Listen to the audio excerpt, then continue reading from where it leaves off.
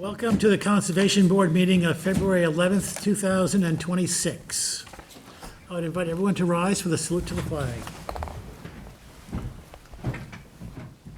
I pledge allegiance To the flag of the United States of America and to the republic for which it stands, one nation, under God, indivisible, with liberty and justice for all.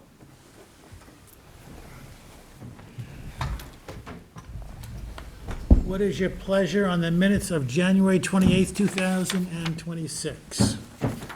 Move to accept as presented. Second. All in favor? Aye. Opposed? I've seen. Public hearings, A 024028 Douglas Bauer. And this has been opened, so we don't need affidavits tonight.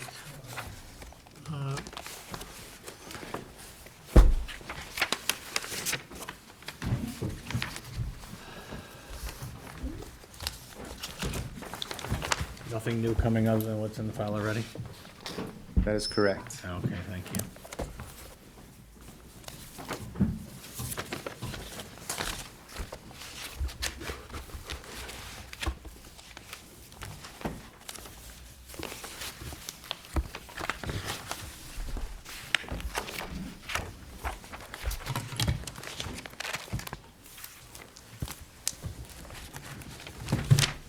Good evening, members of the board. Brant Reiner from Nelson Pope and Voorhees here on behalf of the applicant. I also have with me tonight the architect, Alex Ham. He's here to answer any questions with regards to the architectural elements of the project. Before you, I see some materials are being handed out. There are several submissions associated with this application, so I'm not going to go through all of it tonight. I'm going to try to keep this as high level as possible.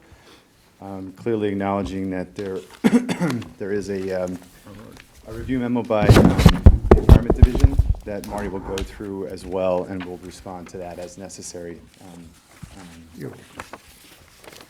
throughout the night.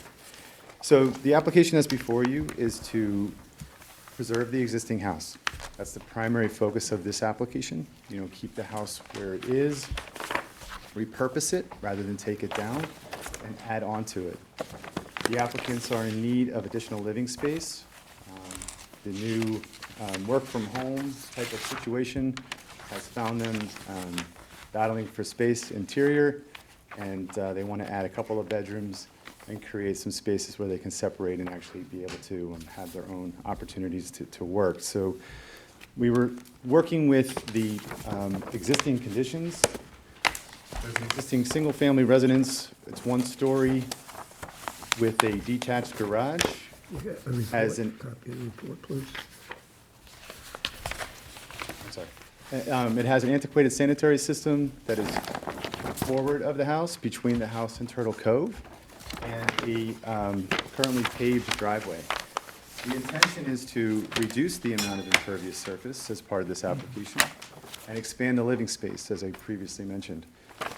So, doing so, we have carefully studied the existing house from a structural perspective, determined that it can support a second story without having to be rebuilt. We have letters in the file from the structural engineer and the architect defending that point. So the application includes the proposal of a second-story addition to the existing house, and then a landward expansion.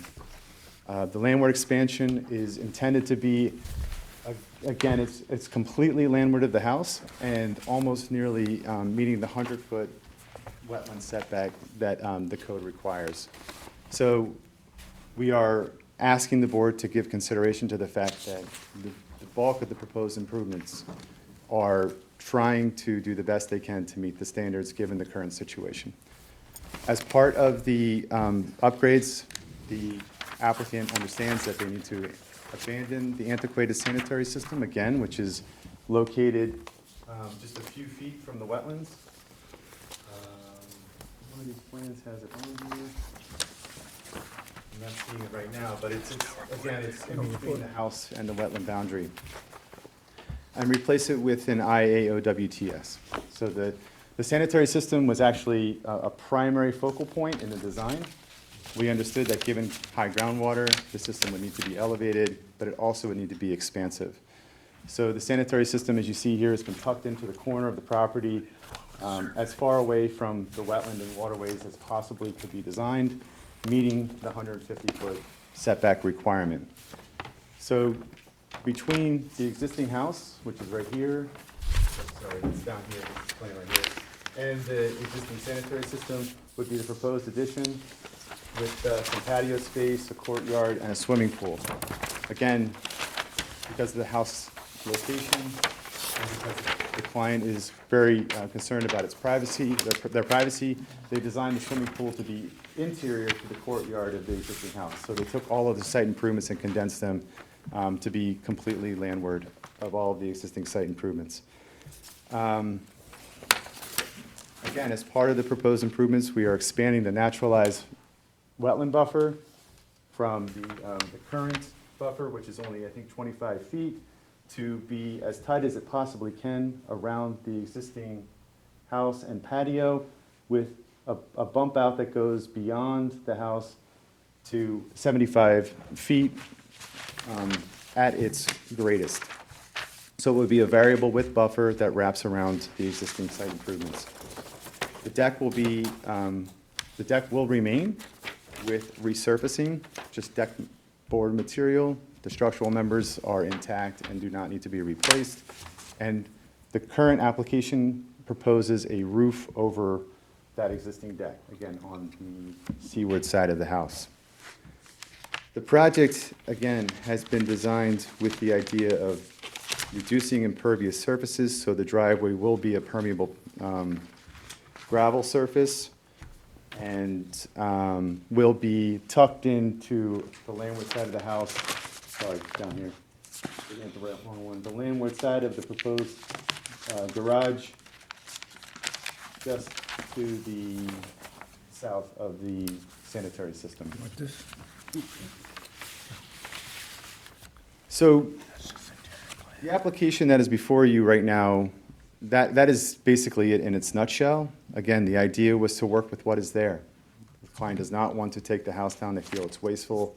They like it. They have sentimental attachment to it, so they want to preserve it. Now, as part of the application, we did receive Marty's memo further analyzing the proposed project relative to the Chapter 325 standards. We took a harder look at that, and we did respond to Marty's comments one by one. We have a detailed submission response that is in your packet. I could go through them point by point if you wanted to, but I really would like to get right to the practical alternatives. You know, my experience with this board, when we're here before you for variances, we really want to talk about, well, what can be done to make this project better from a Chapter 325 perspective. So we did take a look at that, and we studied 3 alternatives. And these are all outlined in that memo that I just mentioned to you. The alternative number 1 is actually following Marty's recommendations in his staff report, whereas a complete demolition of the house and all of the site improvements with a landward redevelopment. That is this plan shown right here. So the architect carefully took into consideration the programmatic needs to the best of his ability, given the parameters that we're squeezed into with this alternative, and designed a very basic house with some decks and a swimming pool on the landward side of the house. And the resulting factor was a couple of things that are problematic. You know, pyramid, of course, is going to come into play. This site actually pinches as you move away from the water and towards the street. With the sanitary system here, the need for some kind of parking space to meet town off-street parking requirements, and the actual, again, the way that the site lays out, it gets tight. The architect was not able to achieve the square footage that the owners, the property owners and the applicant are really needing to accomplish their goal of creating additional living space. So this alternative plan looked at a two-story house stacked on top of each other with just some small decking around it. And we came up with roughly 2,200 square feet of, no, I'm sorry, 2,000 square feet of living space. That's including first and second floor. The application that's before you right now is for a gross floor area of roughly 3,200 square feet. So if we were to look at this plan as a practicable alternative, there would be a reduction of 1,200 square feet. Now, from the owner's perspective, it doesn't make any sense for them to build a house of that size. They would much rather just keep the house where it is and work with what they have. So then we looked at alternative number 2. Again, so, sorry, just really quick on alternative 1. They can't get the number of bedrooms that are needed, and again, they can't get the living space that is needed. It does not allow them the privacy. The pool is out, it's exposed, it's facing the water, which is something they did not want to do. And again, they have to give up the house, which they feel is very wasteful. They want to repurpose the house to the best of its abilities. So again, looking at trying to work with the house that's currently there, alternative number 2 looks at adding a second story with, I'm sorry, yes, adding a second story addition.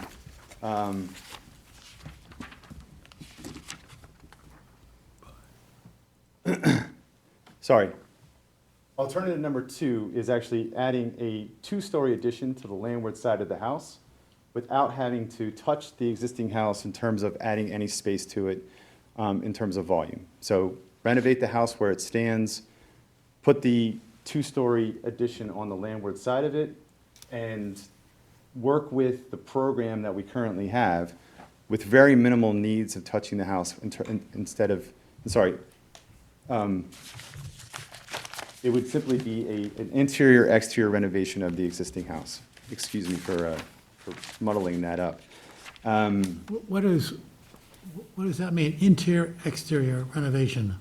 So the house would stay as it is, new windows, new doors, interior floor plan layout would be, reconfigured slightly to make the existing house work to match the proposed addition that would be strictly on the landward side.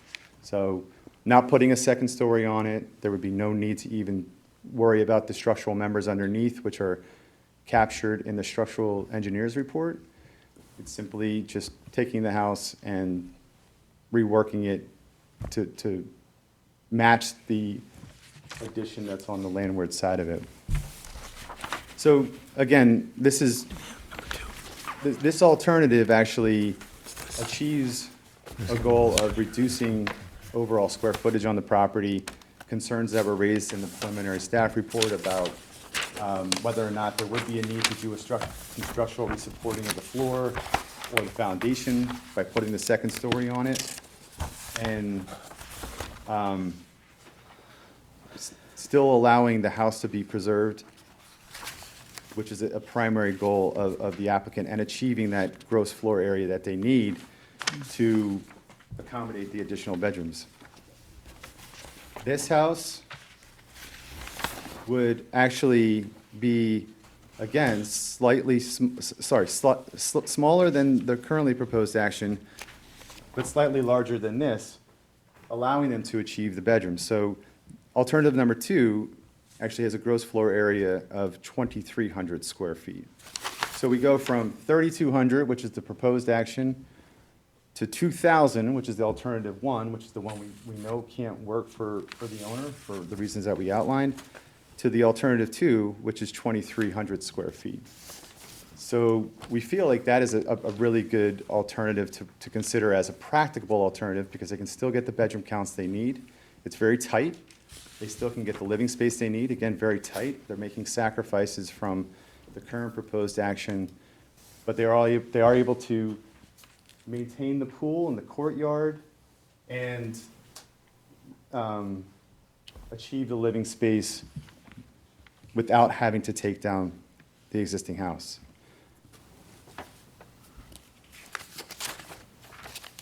Alternative number 3 is probably the least oh, no, sorry. The least practicable alternative is alternative number 1.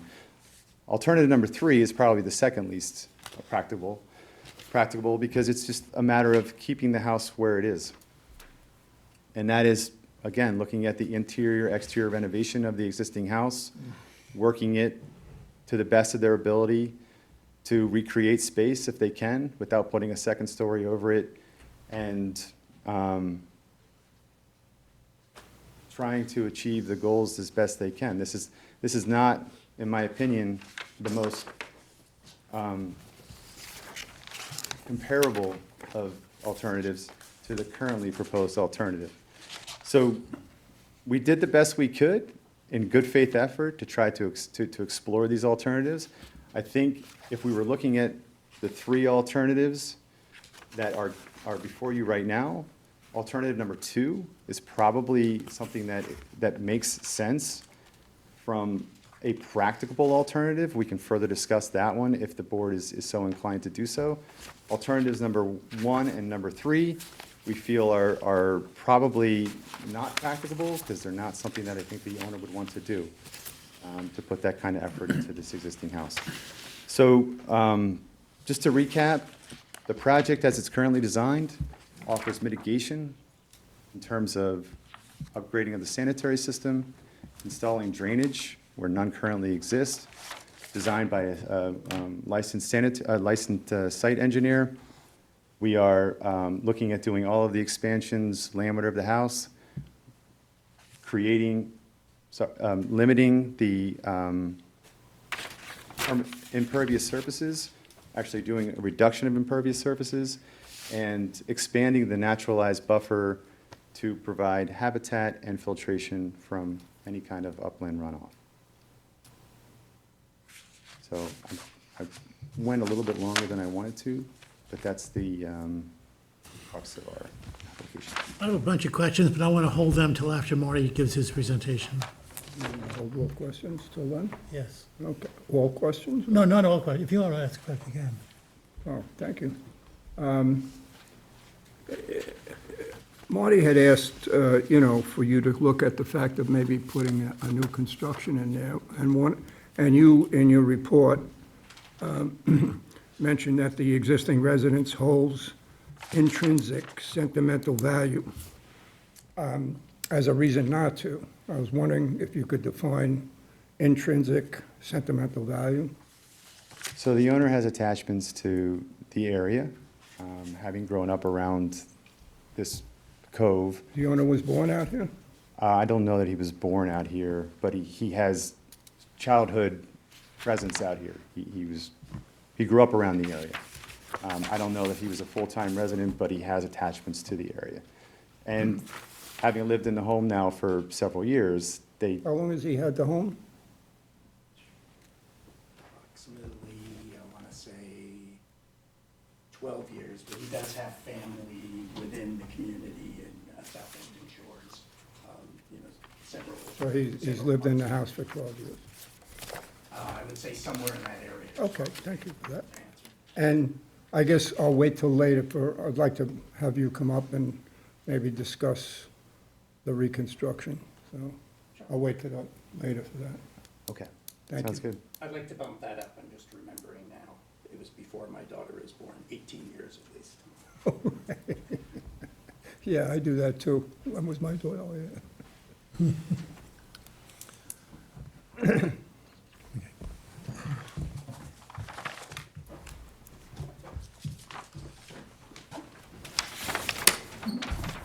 Good evening, Marty Shea, Chief Environmental Analyst for the town.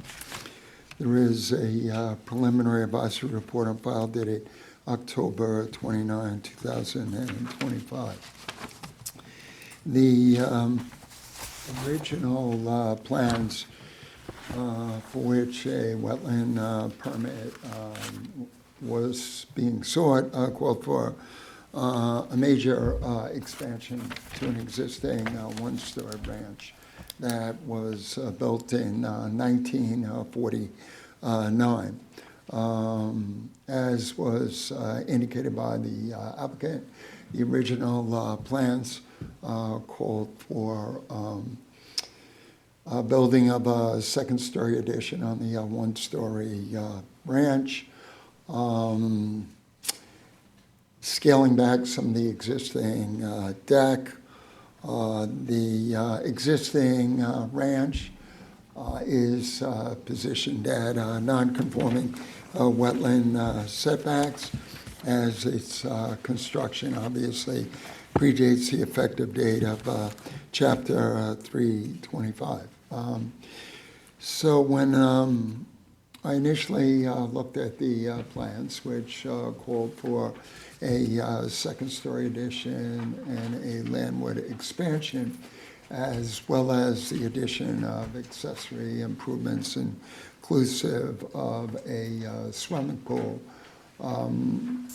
Upon viewing the condition of the residence and existing seaside deck, quite a few questions arose as to the extent of renovation and reconstruction that would be needed in order to go forward with the original plan.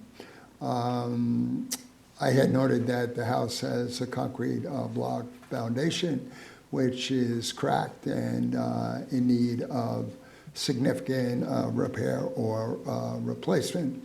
I had noticed that the deck, for which a covered porch atop that deck was initially planned, was in somewhat poor shape, and I had questioned the structural integrity of the existing ranch and its ability to provide sufficient load capacity to support the second story. So it had also been indicated that the applicant was planning to raise the ceiling of the existing one-story dwelling before adding the second story. While the engineer indicated that, based on his inspection, that the existing residence appeared to be in good condition, he did indicate that there was some likelihood that the basement of the house would need added structural supports in order to provide sufficient load capacity for the second floor. The applicant's position was that the deck would not need to be demolished and reconstructed for the purposes of building an overhead covered porch, which I questioned as well. So, as indicated by my staff report, I also noted that because of the age of the home, there was a fair likelihood that significant interior renovations would be needed in order to meet the town's energy conservation standards. And then, notwithstanding that the applicant had been indicating that they wanted to retain the house for sentimental value, the original plan called for essentially gutting out the existing home, doing some major reconstruction in order to support that second-story addition. The original plan also called for, as indicated by the applicant, establishing a variable width buffer, which tends to be less functional as plant and wildlife habitat and as a filtration area for the significant wetlands at the site than a parallel buffer. This is because this is an existing developed property. The required standards are to achieve a minimum wetland construction setback of 100 feet and minimum buffer of 75 feet. So as indicated by the applicant, I suggested that they evaluate as a practicable alternative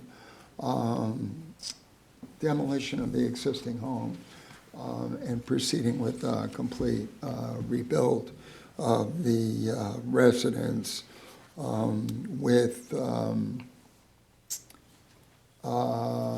if so desired, landward additions to that residence. So I had provided an alternate sketch, which you have in your file, dated October 29, 2025, which, as required by Chapter 325 in Section 325-9, shows that there is a design option for the property that would fully comply with the required wetland construction and buffer setbacks as set forth in the code.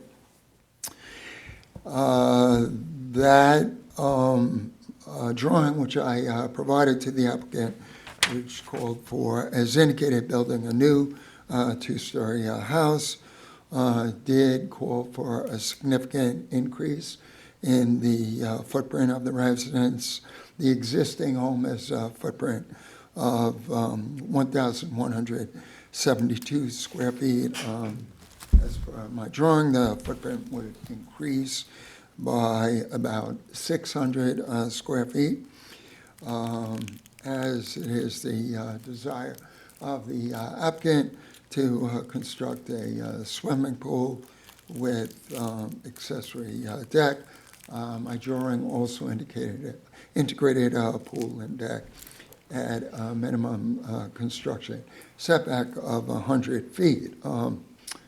While there are many design options for this property, I had offered an alternate drawing that positioned the pool and deck on the seaward side of the new residence rather than on the landward side of the existing home and any additions, living area additions to the home. Because generally, most landowners, their preference is to have the pool in the rear yard or the water side of the house.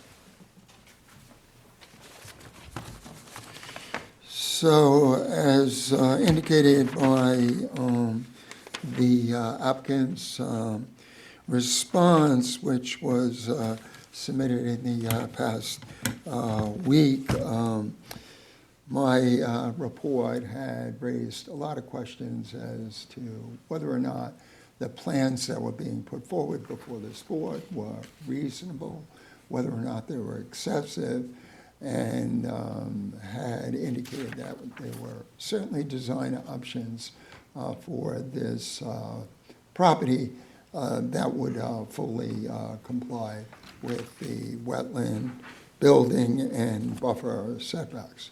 That always consistent with the requirements, Chapter 325 is the initial goal, to see whether or not there is available, compliant, practicable alternative, and if not, to look at design options that maximize construction and buffer setbacks from the wetlands.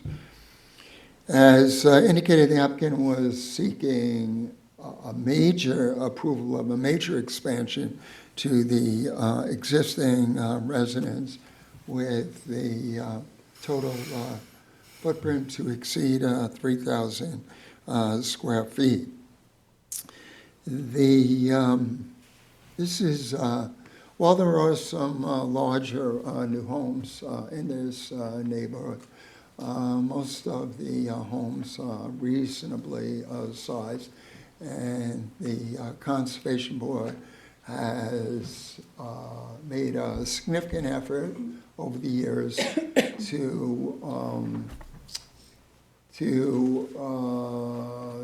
work with applicants to come in with plans that are either fully compliant or maximize construction and buffer setbacks. Some of the new homes, because they are fully compliant, which were redevelopment plans, were eligible for administrative wetland permits, which I had issued.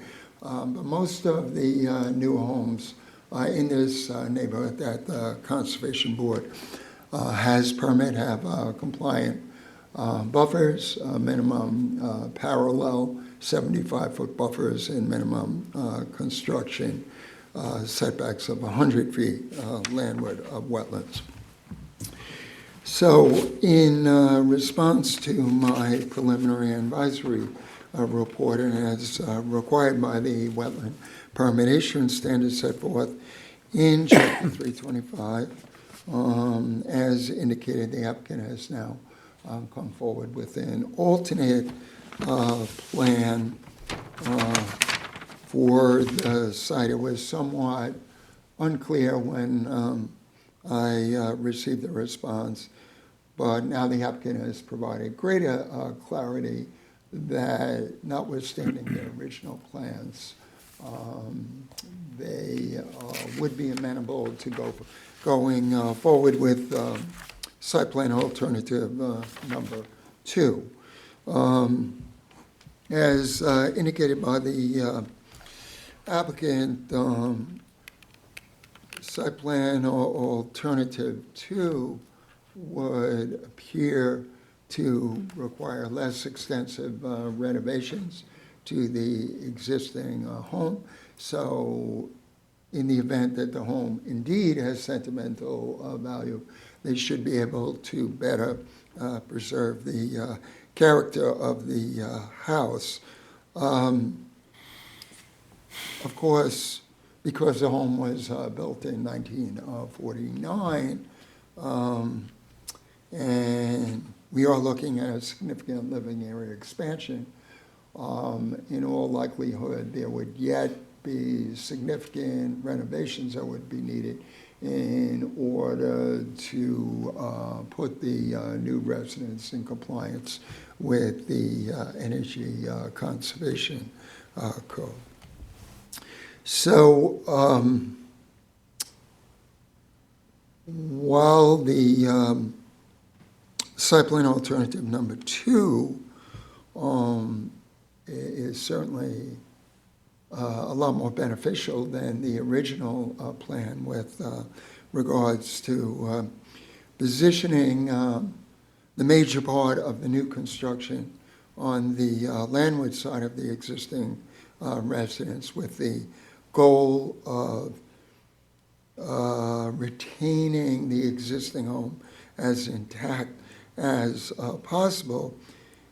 Yet, of course, falls shy of complying with the permit issuance standards in terms of the required setback. So working off site plan alternative number 2, I would recommend that the applicant give further consideration to additional wetland impact mitigation at the site, particularly with regards to the buffering plan that is proposed.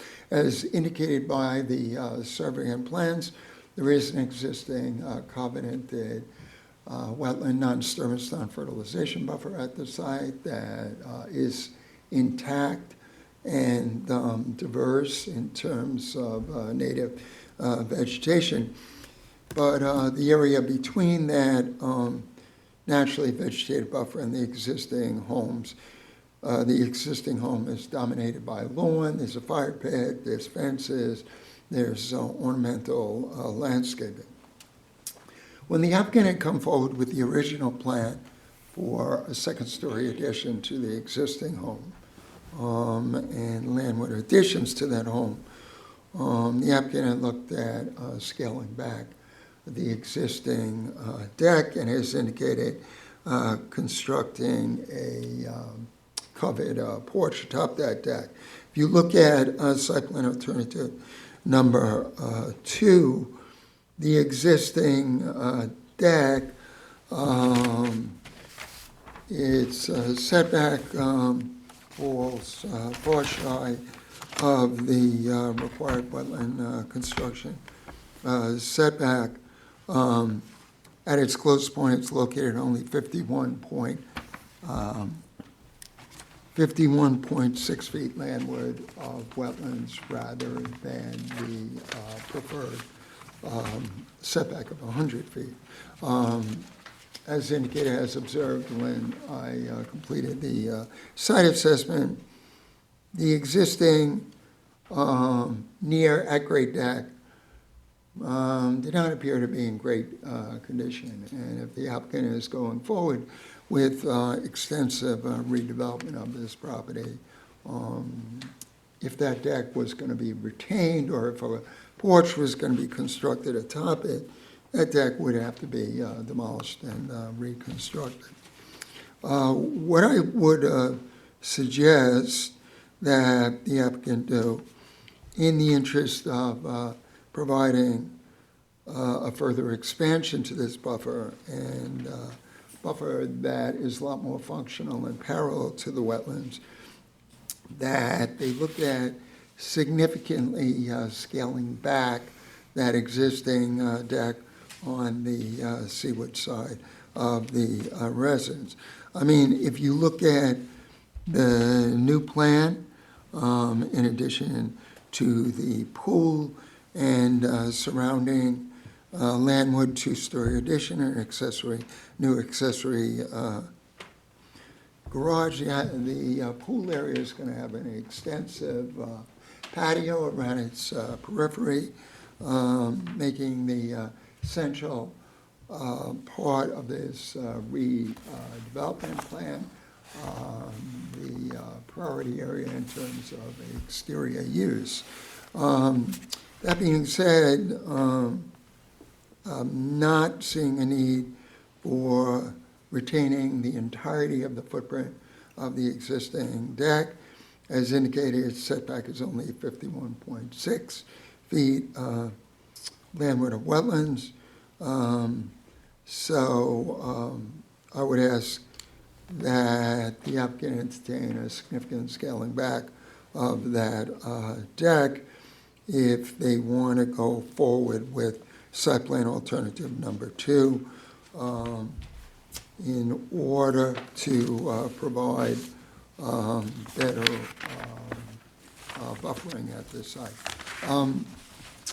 Some of the standards that Chapter 325 asks the applicant to address is where the minimum required buffer setback of 75 feet can't be met, that the applicant come forward with at least a plan that provides an overall average buffer of 75 feet.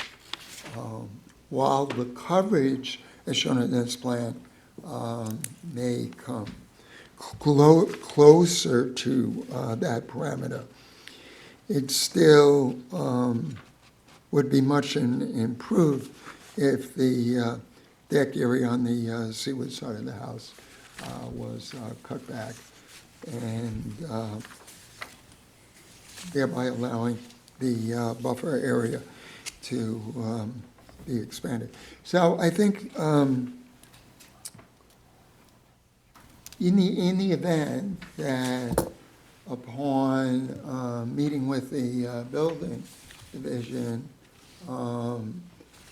the existing home can be found to be compliant with the HERS rating and the new energy conservation code without extensive demolition and reconstruction, this strategy in terms of redevelopment is certainly much preferred to the original plan.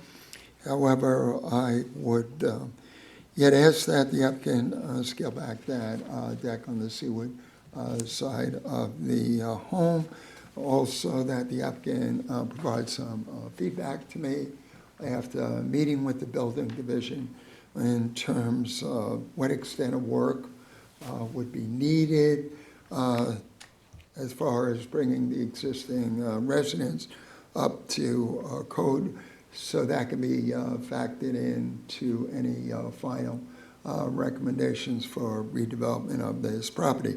If beneficial to the applicant, after this hearing, I could certainly provide a sketch showing what I would recommend in terms of scaling back of the deck. I didn't do that before this meeting because it was somewhat unclear to me as to whether or not the applicant was fully amenable to going forward with site plan alternative number 2. It sounds like the applicant is. So in order to provide some additional time for the applicant to work with my office in terms of finalizing the plan, I would ask that the hearing be adjourned tonight. Thank you.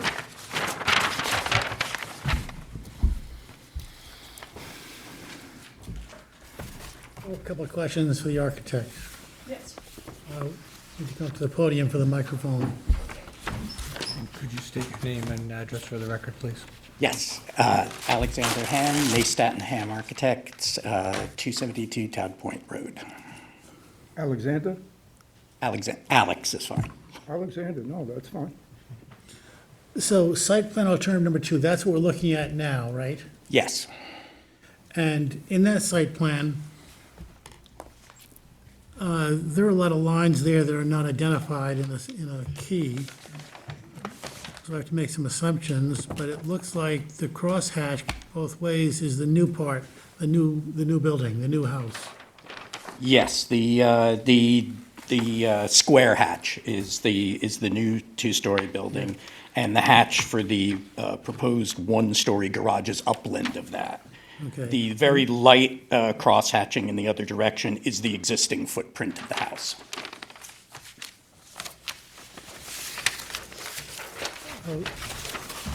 I can, oh, yeah, let me do that.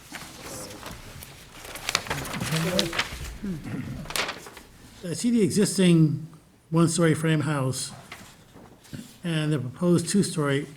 What is the crosshatch going the other way from the existing frame house? I could probably, if I can use the blue here, I could probably draw it right on this one, if that would be easier.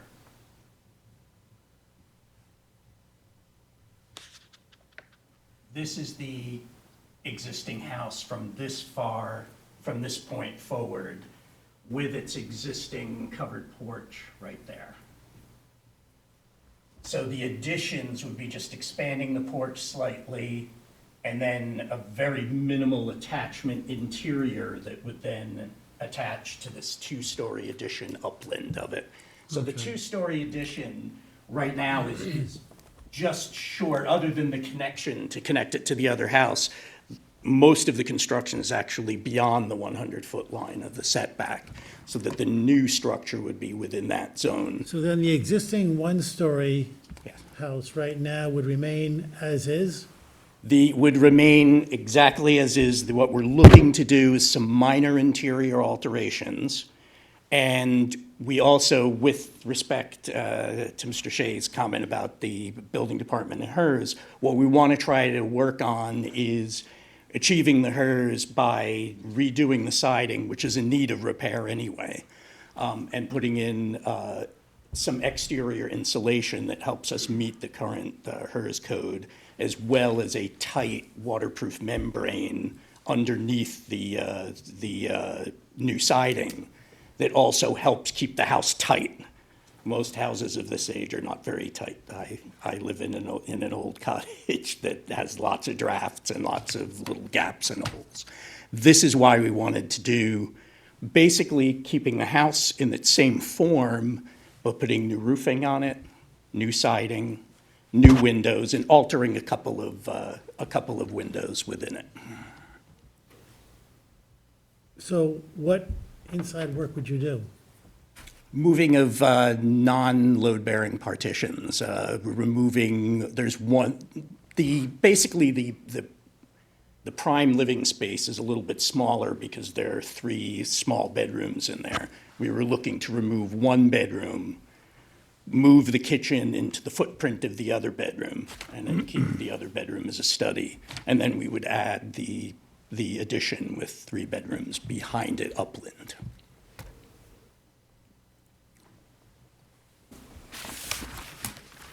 And you're gonna retain the sentimental value. Yeah, it'd be the same footprint of the house, the same, the same area they've been walking around in, looking at their yard and their lawn. They With would be different on, windows, different siding, different roof. just new, not really very different. No reconstruction and no Well, you're gonna change of change the shape. insulation, change the siding, Yeah. so you'd have to add some kind of insulation on the outside. Yeah, there's a product called Zip Wall. It's a combination of a plywood with rigid insulation that gives the required continuous insulation barrier that today's codes and the HERS rating calls for. Okay, so then you would leave the studs the same? Studs would stay the same. We wouldn't be touching studs other than if we find anything that needs a repair when we're doing it. But studs stay right where they are. Floor joists, ceiling joists, roof joists. And then there's an existing deck seaward. Yes. That would stay as is?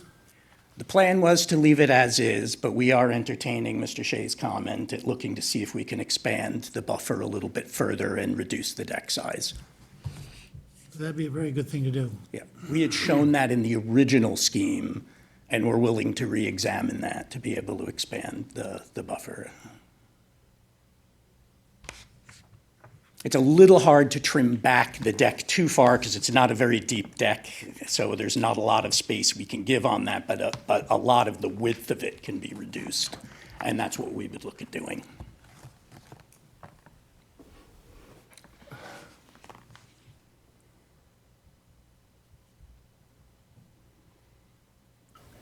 I'll just interject while he's cogitating here. Sure.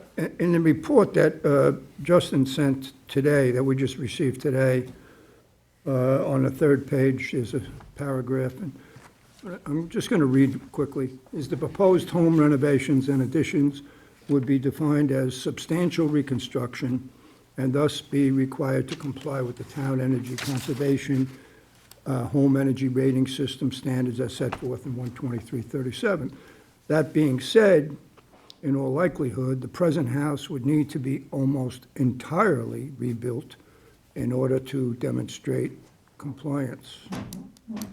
Do you want to address that? Now, maybe I'm not quite getting the whole paragraph here.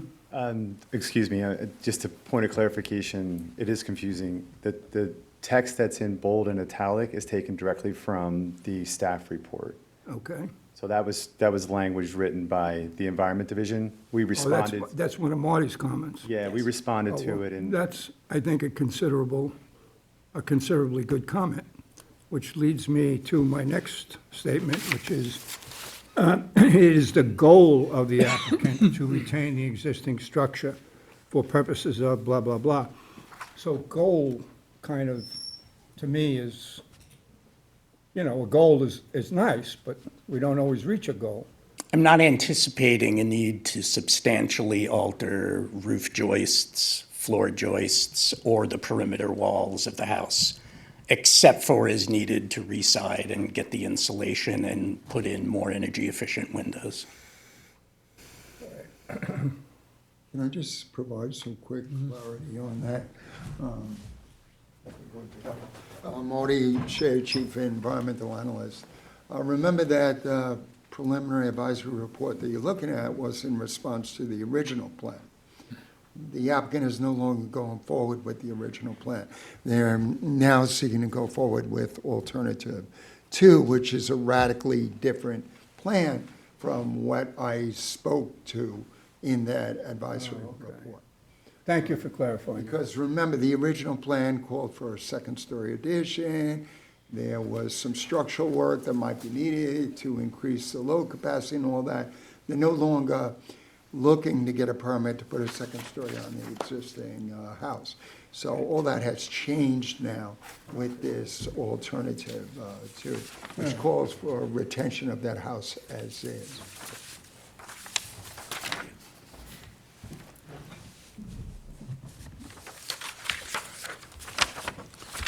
One of the things we think about on a project such as this, where in many cases, an applicant will come in with the idea of redeveloping the property and essentially taking out everything that's there and starting from scratch. That is often a easier way of doing things because there's no connection issues and the levels and the structural components that you would be very familiar with,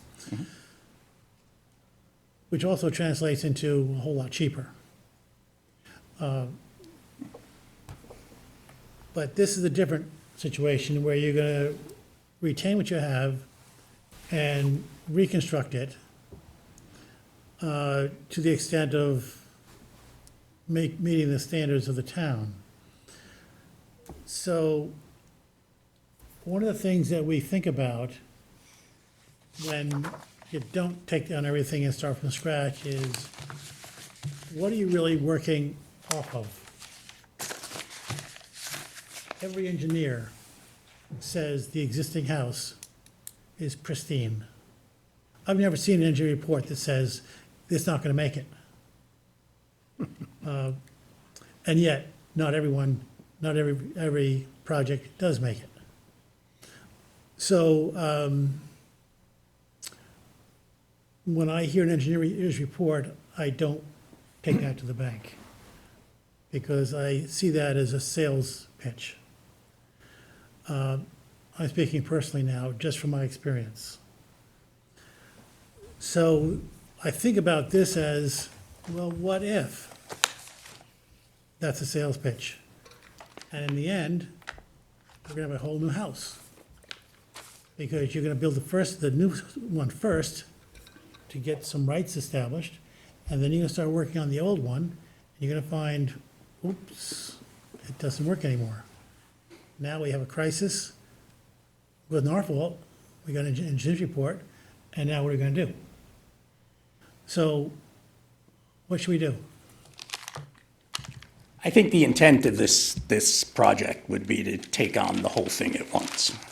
Our intention is not to need to replace exterior wall framing, exterior sheathing even. We would be actually applying over existing exterior sheathing. Yeah, I heard It's that story really earlier. much what one would do if the house were to have no addition put onto it. It would just be fixed up. It would be new siding, new roofing, some new windows, fairly minor work, and increasing the energy efficiency of the house, which is important, I think, to everybody. With this alternative that we're putting forward, we feel like keeping the existing house and doing the minimal amount to it, and then adding the new square footage we need is a more efficient, more cost-effective way too for the homeowners to be able to add space onto their house rather than building all of it new. So, for example, alternative number one, they're only getting a few more hundred square feet, but they're building 2,000. Here, they're getting the extra square feet that they're building new, and then they're doing a minor refacing of the existing house and using it as it is.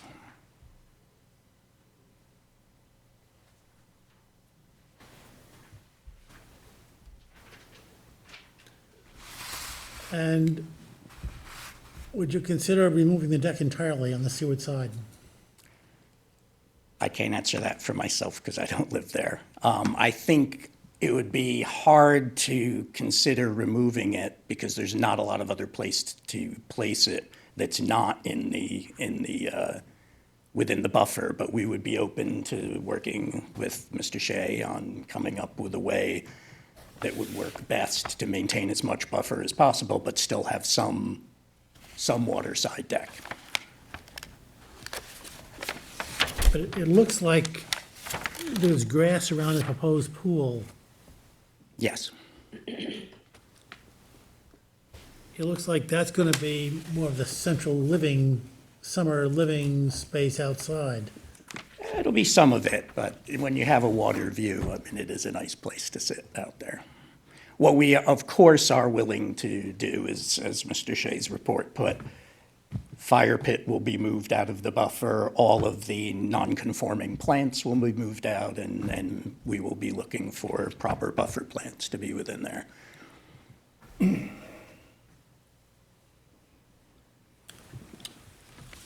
We can probably cut down, when I'm looking just offhand, our first comment would be we can probably take about 40% of the deck out on the northerly side. The one thing I would say is we would also let the buffer come up to the edge of the deck. I'm showing a walk space, but sometimes you need to get under there to clean things out or whatnot. But people don't like to do that, and I know that it's not a great idea to be doing work in your buffer area. But we're willing to let it grow up to there with the understanding that we may have to walk there to get to something underneath the deck if something blows there, or if an animal crawls in under there or something like that. So we don't necessarily need to hold that 4-foot barrier around it, which would give us a bit more buffer space. So the reason we're having a public hearing is because the plan put forth initially, and this also, does not meet the recommended setbacks according to chapter 325. So we're here because we need more information to see how we can rearrange to meet the conditions for issuance of a permit. And the questioning is for the purpose of achieving that goal on both sides, because we want to be able to say yes. Understood. But to do that, we have to work through the requirements that were given in chapter 325. And the tests that we need to show are enumerated in 325-9D. And there's several tests there. There are 4 tests there that we really haven't delved into to show that, yeah, this is where it needs to be. Now, we can't do all that tonight, but when you come, we have to, there's a lot of new information that Marty has to have a chance to look at and think about and figure out how to respond, as do we. But when you come back, I would like you to enumerate those 4, look at those 4 parts of 325-9D and explain how your project meets those tests. Thank you. Understood. I concur with that, and we're prepared to do that, Mr. Chairman. I just also want to reiterate maybe what Alex had already said, is we did hear Marty in his comments tonight, and we will also be working to achieve that variable width 75-foot buffer, knowing that, with the house being where it is, we can't achieve a parallel buffer. We will work it to wrap around the house as we have in other circumstances, and provide as much native buffering for habitat and stormwater treatment as we can. Any other questions by the board? Is there anyone in the public that would like to speak on this application?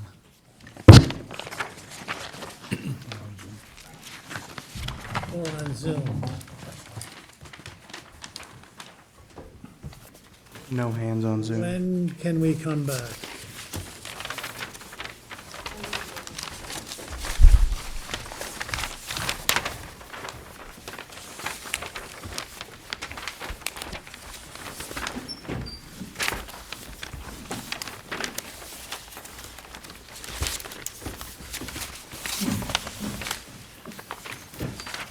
How much time would you need? Would you like? I was just going to ask you that.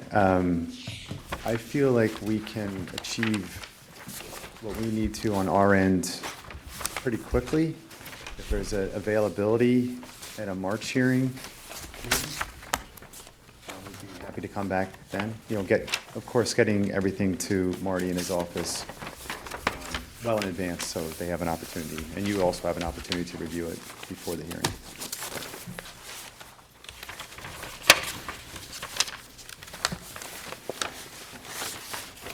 We have three on March 11th, three hearings on March 11th and two on March 25th. Two on March 25th. It's hard to predict how long they're going to take. What are the chances of Christopher postponing? What are the chances of Christopher postponing on March 25th? Now, April 8th, though, is wide open, there's nothing. There's one on March 25th that will likely be adjourned. I like that.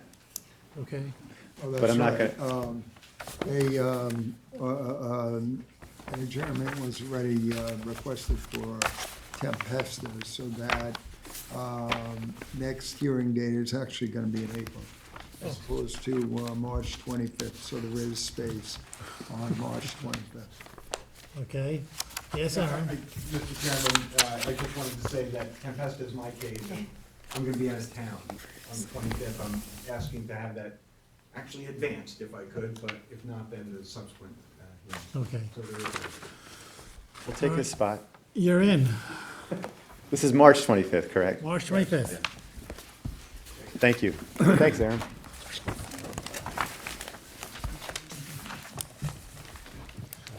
You have some stuff back? Yep. Unless you wanted to keep it. You would hand it back to us. Thank you all for your time tonight. Thank you. We gotta give him back. You gotta give him back. Oh, I started March. Want to keep it, you can keep it. I didn't know. Well, I mean, if you want to look at it, you can keep it. Actually, this one, I want to keep. The rest of them, that's fine. Oh, I don't understand. No worries, no worries. A025019, Stephen Tempesta and Jennifer Tempesta. And the applicant requested adjournment to, this says March 25th, but really it's April, what was that date? First meeting in April or the second? 8th or the 22nd? 22nd. early, 8th, okay. Change that to April 8th. Would be Tempesta. Is there anyone in the public who would like to speak to this application or on Zoom? Is there a motion to adjourn to April 8th? So moved. Second? All in favor? Aye. Opposed? Did I actually vote on the last one? No, we didn't. Close. Motion to adjourn to, on, March 25th, did we vote on that? I don't think we did. we didn't. We talked about it. We're very informal here. On It's a meeting of the minds. On application A024028, make a motion to adjourn to March 25th. Second? All in favor? Aye. Opposed? Okay. Does that keep us out of trouble? Yes. Very good. A025049, Sue Graham Ungaro Mengus Revocable Trust. This one is a new public hearing. We do have affidavits of posting and mailing, and the board does have jurisdiction to open the hearing. Kelly.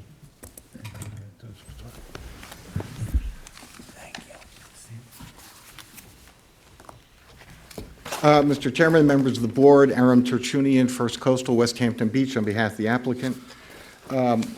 Two things right off the bat. Number one, this is very similar, actually 2 doors down, 2 doors south of 67 Clearview Drive, and the issues are very similar. So without repeating all the things I did at that hearing, I'd just like to incorporate by reference that information into this record. Did I miss that? No, you were here. You might not have been here, It's a different place. but the good news, oh, you were. Yeah, it was the last meeting, right? What's the last meeting? What's the last meeting? Yeah. Yeah. The site conditions is different because the other application includes growing reconstruction. Yes. And this is Mark just wasn't here. bulkhead. Pardon? And Mark wasn't here. So, Right, and Mark wasn't here. Okay, right, then I'm happy to go yeah, forward. it would be my preference to Okay. give a quick summation. Sure, absolutely. This application. And the second item is, I'm going to give you a bunch of new material tonight, so I'm automatically going to ask you to adjourn this so that staff and the board can have an opportunity to review that, and I'll go over that material right now. So there was a letter that was forwarded to the board, and I think it just didn't make it into the right file from November 21st. Yeah, it should be in the file. What should be in there? After the last. November, yeah, That's stamped fine. November 25th. There's one in here now. Thank you. Is this that letter? Yeah. Great. Thank you, Aaron. So I think it's worthwhile to review that letter. The preliminary staff report had recommended no public hearing, provided that, quote, "The project plans can be approved conditioned upon setting the maximum bulkhead height no higher than the top elevation of the abutting bulkheads to the north and south." We have, our original request and our ongoing request is to elevate the bulkhead by 18 inches. So that's the reason that we're here tonight. The bulkhead at Clearview Drive, 59 Clearview, and the surrounding bulkheads are all at elevation +7 North Atlantic vertical datum. Why do we want to go higher? We want to go higher for a number of reasons. They are basically physical constraints. Sea level rise being the primary one, and policy-based coming from the federal and state agencies as well. So in this particular case, and in the cases in general, and I apologize, I only have one copy of this, but it's, all you need to look at is the first page. We applied for and were granted by the DEC a general permit to replace this bulkhead in place and to elevate it 18 inches. So this is different than if we applied for an individual permit. In other words, the state has written a general permit applicable anywhere where there's an existing bulkhead. That all you have to do is to submit this form and say, I want to access that general permit. So we submitted in August and they approved in September, or Does that include the 18 inches? specifically includes the 18 inches. So across the board, anytime you want to replace a bulkhead, you could raise the bulkhead 18 inches? Yeah, by a general permit, not an individual, not, all the forms and everything else. We just submit a set of plans with that general permit right there, and they stamp it and send it back. All right, but this is just the DEC. This is just the DEC, but it's driven both programmatically, by policy, by regulation, and by the physics. So we all understand, I believe, that we're in an era of sea level rise. The question is, how much is it going to rise going forward? New York State, after extensive study, adopted regulations, they're Part 490 of the New York Code of Rules and Regulations, where they have projected sea level rise of 18 inches by the 2050s and 32 inches by the 2080s. And those are the medium projections. They're not the low or the high. So, and I gave you some materials the last time around showing those various scenarios and how they look at. These are a little bit different based upon the request made by the chairman to look at what happened in the previous 30 years with sea level as opposed to what is predicted to happen. And I'm going to go into them in a little more detail. But first, there's also, in response to this legislation that created the regulations with New York State, the New York State Residential Building Code has been changed so that now if you are in a floodplain, you have to build to FEMA plus 2 feet of freeboard plus 1.5 feet for sea level rise. So now if you were in a FEMA zone that was a 10, you have to build to 13.5 to comply with the state law. So this is a legislative change that is in regulation, that has become policy, and is being executed by the state in the manner that I've described to you. What's been happening on these bulkheads in this area is that they're beginning to be overtopped routinely. And bulkheads fail in two ways. Overtopping, where the material behind it is scooped out and it loses its functionality, or undermining, where the toe of the structure is somehow compromised and the bulkhead will kick out. What we see happening in this stretch is that overtopping is occurring on a more frequent basis. And that is the driver, that is the driver for elevating the bulkhead at this location. So, and I would say, you know, replacing the bulkhead, I think staff, as I quoted earlier, doesn't really have a problem with that. It's really about the elevation. And they raised two concerns, two staff concerns. Basically, they are that waves will be reflected off of the bulkhead and increase scour. And the second is that floodwaters will be diverted from one property to another.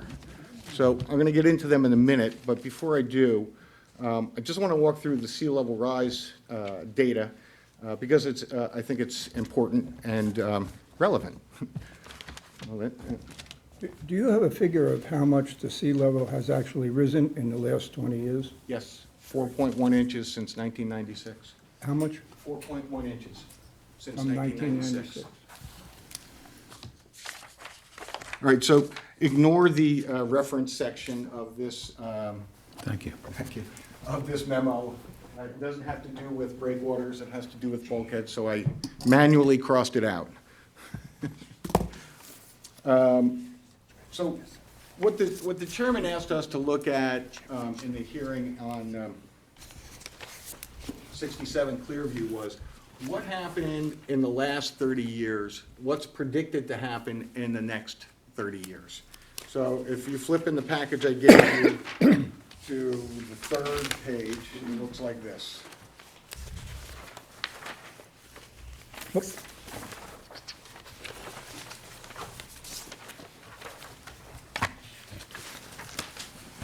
So what we did was we took the mean sea level that NOAA gives us at the Montauk tide gauge, and we looked at what had happened in the previous 30 years.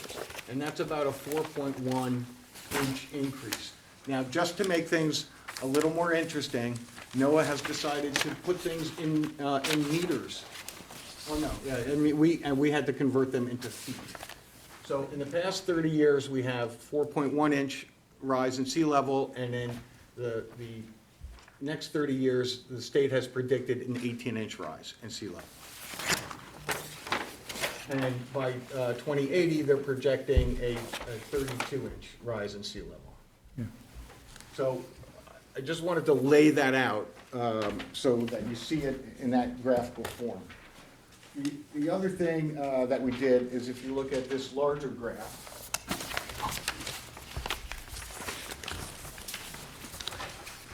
and I apologize, it's blocked by the lecterns, which I didn't do.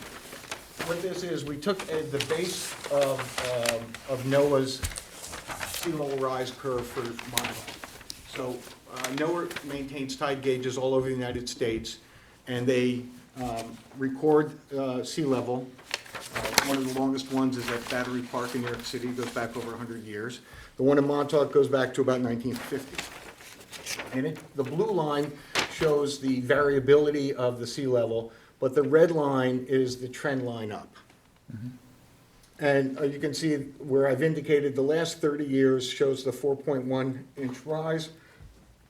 And then you can see that we extended this graph to show what the state is predicting as 18 and 32 inches. So what's obvious is that there is an accelerating rate based upon the studies that the state has done and the regulations that they have promulgated.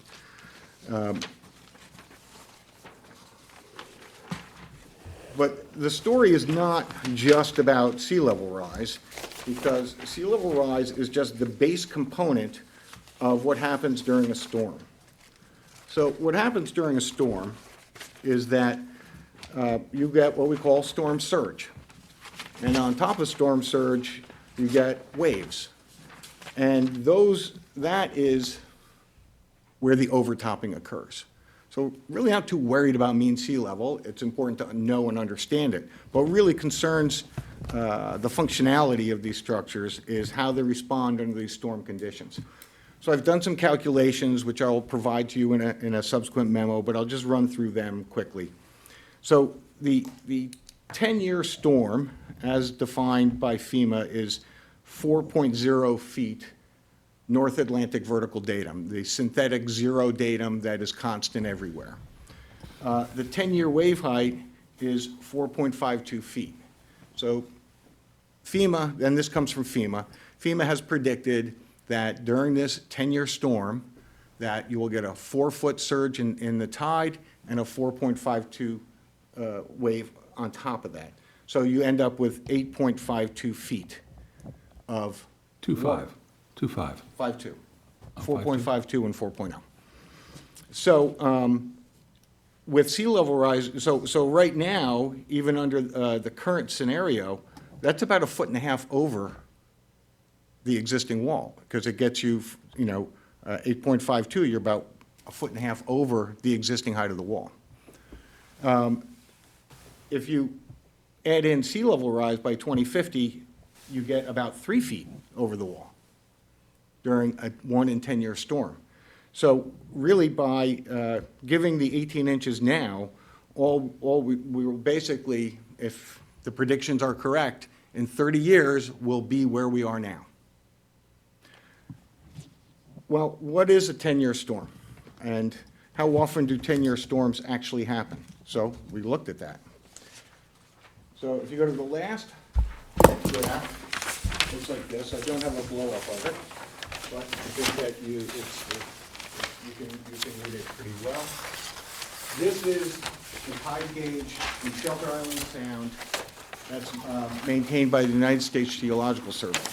And on this, we've drawn the 10-year storm elevation of 4.0. And you can see there's a number of blue lines that pierce that. So this is a record from 2021 to 2026. So it's a 5-year record, and we have exceeded the 10-year storm surge 7 times. So from a theoretical point of view, that should have happened a half a time. But from a practical point of view, you can see it's happening much more frequently. And therefore, the need to protect against it increases commensurately. I'd next like to address the staff concerns, which I understand and appreciate, but I think that they're explainable. So the first concern is that the increased elevation will create more reflection off the face of the bulkhead. So right now, the bulkhead, as I said, is 7 feet above North Atlantic vertical datum. So increasing it by 18 inches is about a 20% increase. It struck me because in zoning, a 20% zoning variance is a minor variance that doesn't even get a hearing. If you go in and you need a side yard variance, and you're 20% or less, you don't even get a hearing. You get the variance. So I just thought that was an interesting reference point. But physically, the top 18 inches of the bulkhead is going to be the last part of the bulkhead that's actually involved in any type of wave or water contact. So that's going to happen the least frequent amount of time.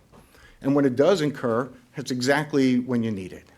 So I would say that, that the potential reflection is minor, is not significant, and that the need for it is very significant. The second comment was that there's the potential for diverting floodwaters to other properties. And I think we have an aerial photo here. And if you zoom out, please, Karina, just a little bit. This entire section of the shoreline was bulkheaded decades and decades ago. We wouldn't have done that today, but it was done then. And we have to manage that shoreline based upon the condition it is now. The reason that we're having this conversation is that you have, I think, 5 or 6 applications for exactly the same thing right in front of you that are all neighbors. And everyone along this stretch, when it comes time to replace their bulkhead, is going to make the same exact request because of the physical factors that I've described. It's a need, it's an established need. So I don't think that there is a significant impact on the neighbors because the neighbors are all going to do the same thing.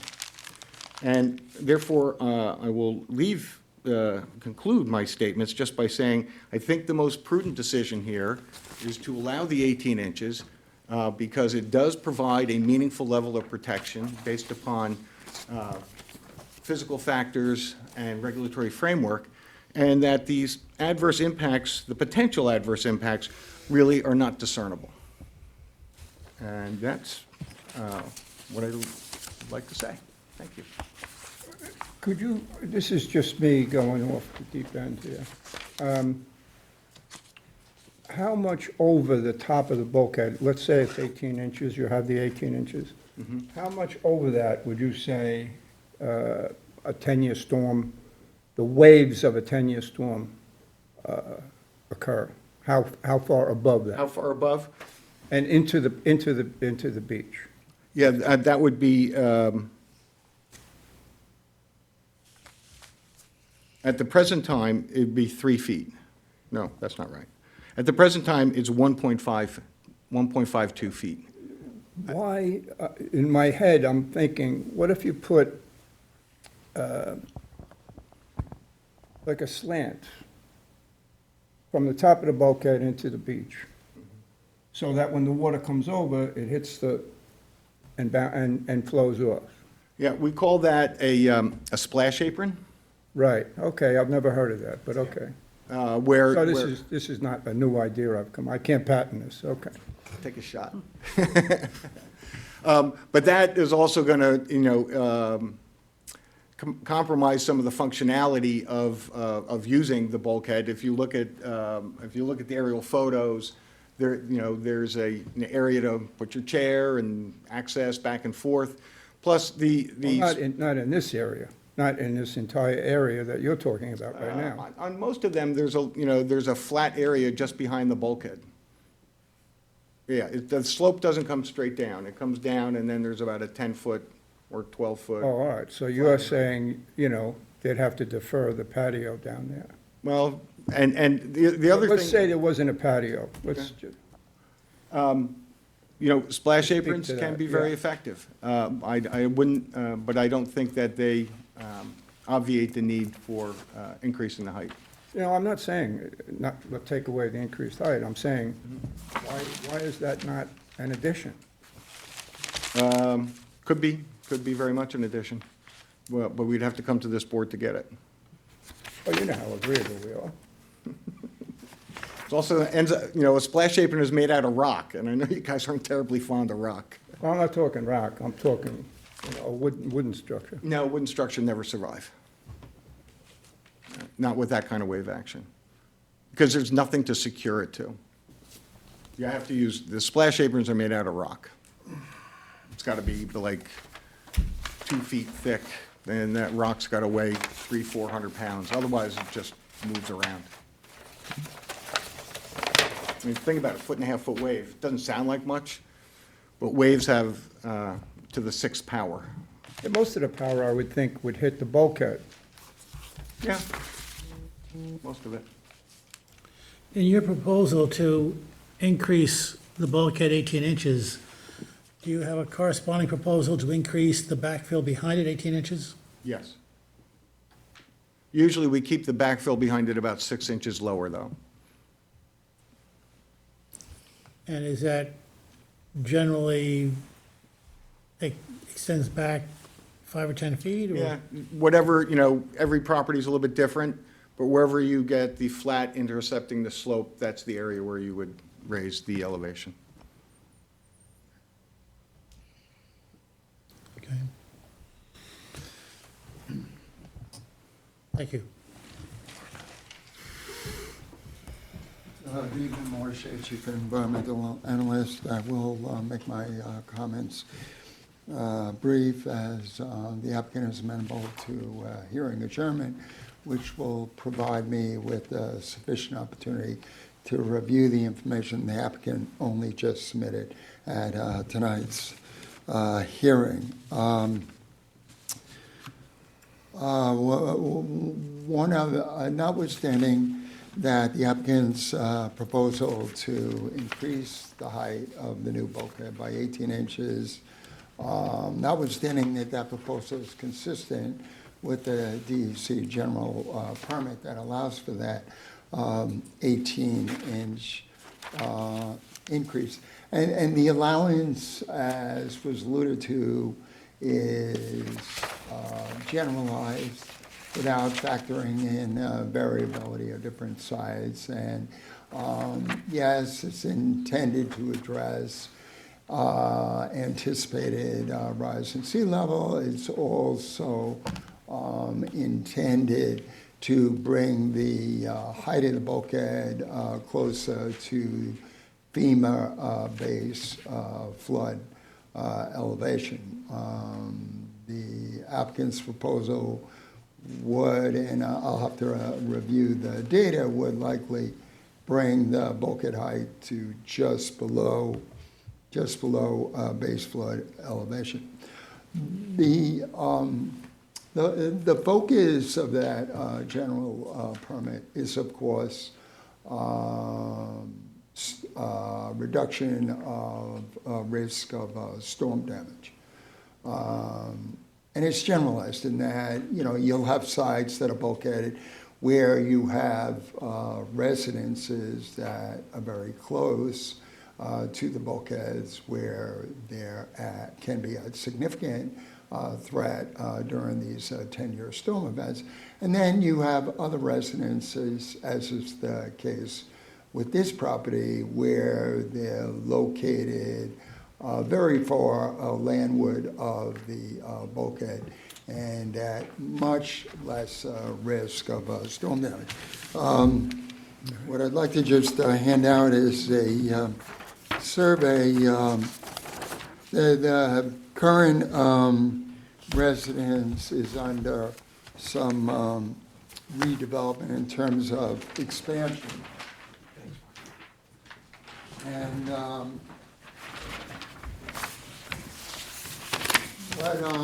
the benefit of the survey that I handed out is shows the position of the residents relative to the bulkhead. While the bulkhead height, the applicant indicated was about 7 feet above mean sea level. Where the residence is at about 30 to 35 feet above sea level. And Karina, if you could just come in close on that aerial, you know, what you're seeing with this property, and you're seeing very similar conditions on the other bulkhead replacement applications that are coming before you, is the residence is separated from the bulkhead by a sloped, heavily vegetated bluff. The residence and the accessory improvements are actually landward of the bluff crest.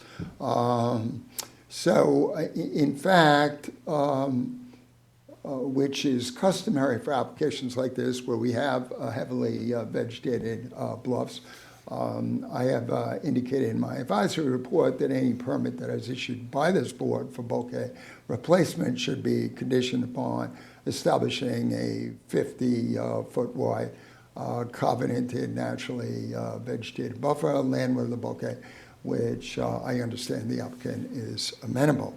So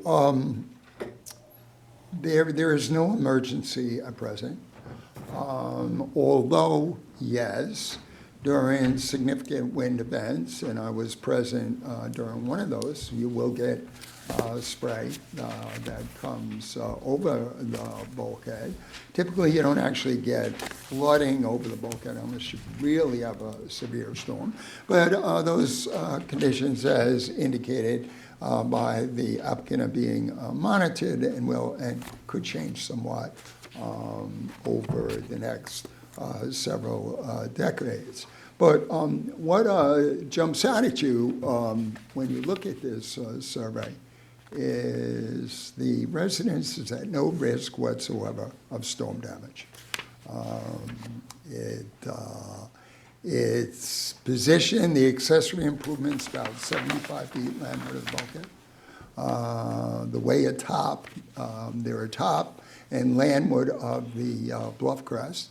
And they're secured by a heavily vegetated bluff. So with the exception of wind damage during a hurricane event, there's little or no chance of this residence being impacted by any increase in sea level over the next several decades, or even during the next 30 to 50 years. And one of the reasons, of course, that we require these wetland buffers is not only to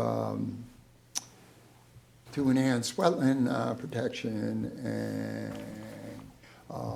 try and preserve the biodiversity and filtration benefits of those buffers, but also to protect the residents from storm events. So one of the reasons I say that is that, yes, this board is concerned about reducing storm damage to properties, but a greater charge is minimizing adverse wetland impacts.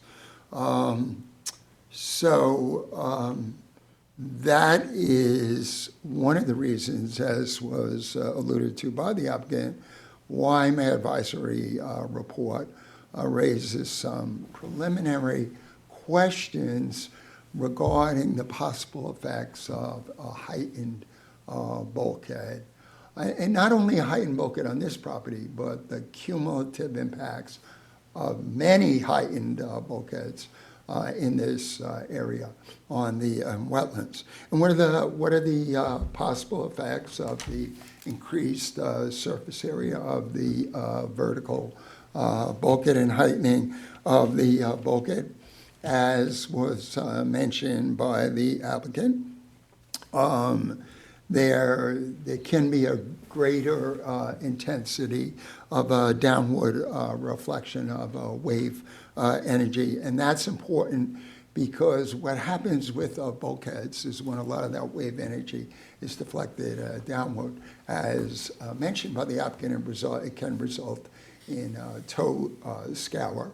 And if that tow scour becomes very significant, it actually puts the bulkhead, the structural integrity of the bulkhead at risk of failure. There is also the potential for greater downdrift impacts. Now, I know the applicant has several applications in for proximate properties, but we're not seeing every property that has a lower bulkhead in immediate proximity to this property is coming before the board.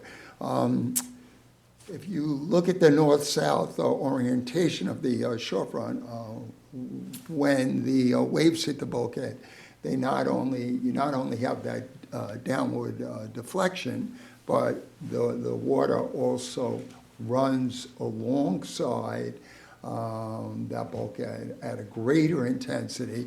And then when it comes to a lower bulkhead or lower land level, you can have increased flooding on that property. So that is one of the possible effects that have to be addressed in terms of wetland impacts. The other thing is what this downward reflection of wave energy does is it actually changes the tidal wetland habitat type that you have. Because it results in scour and lowering of the bay bottom in front of that bulkhead, you actually see a conversion from intertidal habitats to subtidal habitats. So in that respect, they can result in habitat loss. When one wetland habitat is replaced by another wetland habitat type, that actually has impacts on the ecosystem. So the other thing that happens because of that downward reflection is you tend to, with increased frequency, lose that sandy bay bottom as it gets changed to more coarse materials. And of course, that has impacts on aquatic life as well. So if we were dealing with a very constrained lot and we had an existing residence within very close proximity to the bulkhead that was not buffered by this extensive naturally vegetated slope, of course, the worry about storm impacts, particularly with predictions of sea level rise, would be much greater. Because then, notwithstanding the wetland impacts, a big part of your decision on the application would be, how do we try and minimize wetland impacts and at the same time protect this, protect the residents that's highly exposed to any wave overtop on the bulkhead. So, I mentioned the potential impacts because, and while I, of course, want to look at all this information, I would take the position that any increase in the surface area of the vertical bulkhead is going to result in a greater downward reflection of wave energy and a greater risk to down drift properties. So, if the charge of this board was simply a storm damage reduction, which of course is the greatest priority of the Army Corps of Engineers, we would say, let's do the appropriate engineering to do everything possible to reduce any impacts to the property at all. But a greater charge is to ensure that what occurs on a property is not going to significantly impact the Little Peconic Bay ecosystem, the various tidal wetland habitats that get impacted. I took a quick scan at the NOAA data today, and obviously I need to look at that closer together with a review of this information. But it appeared that the anticipated sea level rise was closer to 7 to 8 inches than 18 inches. But that being said, I'm not standing here to question the validity of what the applicant is saying in terms of anticipated rise in sea level. I'm just saying that we have to balance protection of wetlands and avoidance of wetland impacts with reduction of storm damage and protecting homes against storm damage. And these properties that are coming before you, they all have heavily vegetated bluffs whose natural vegetative cover will be secured by covenants which the applicants are all amenable. So they're not at risk. They're not at any significant risk of damage as a result of anticipated rise in sea level.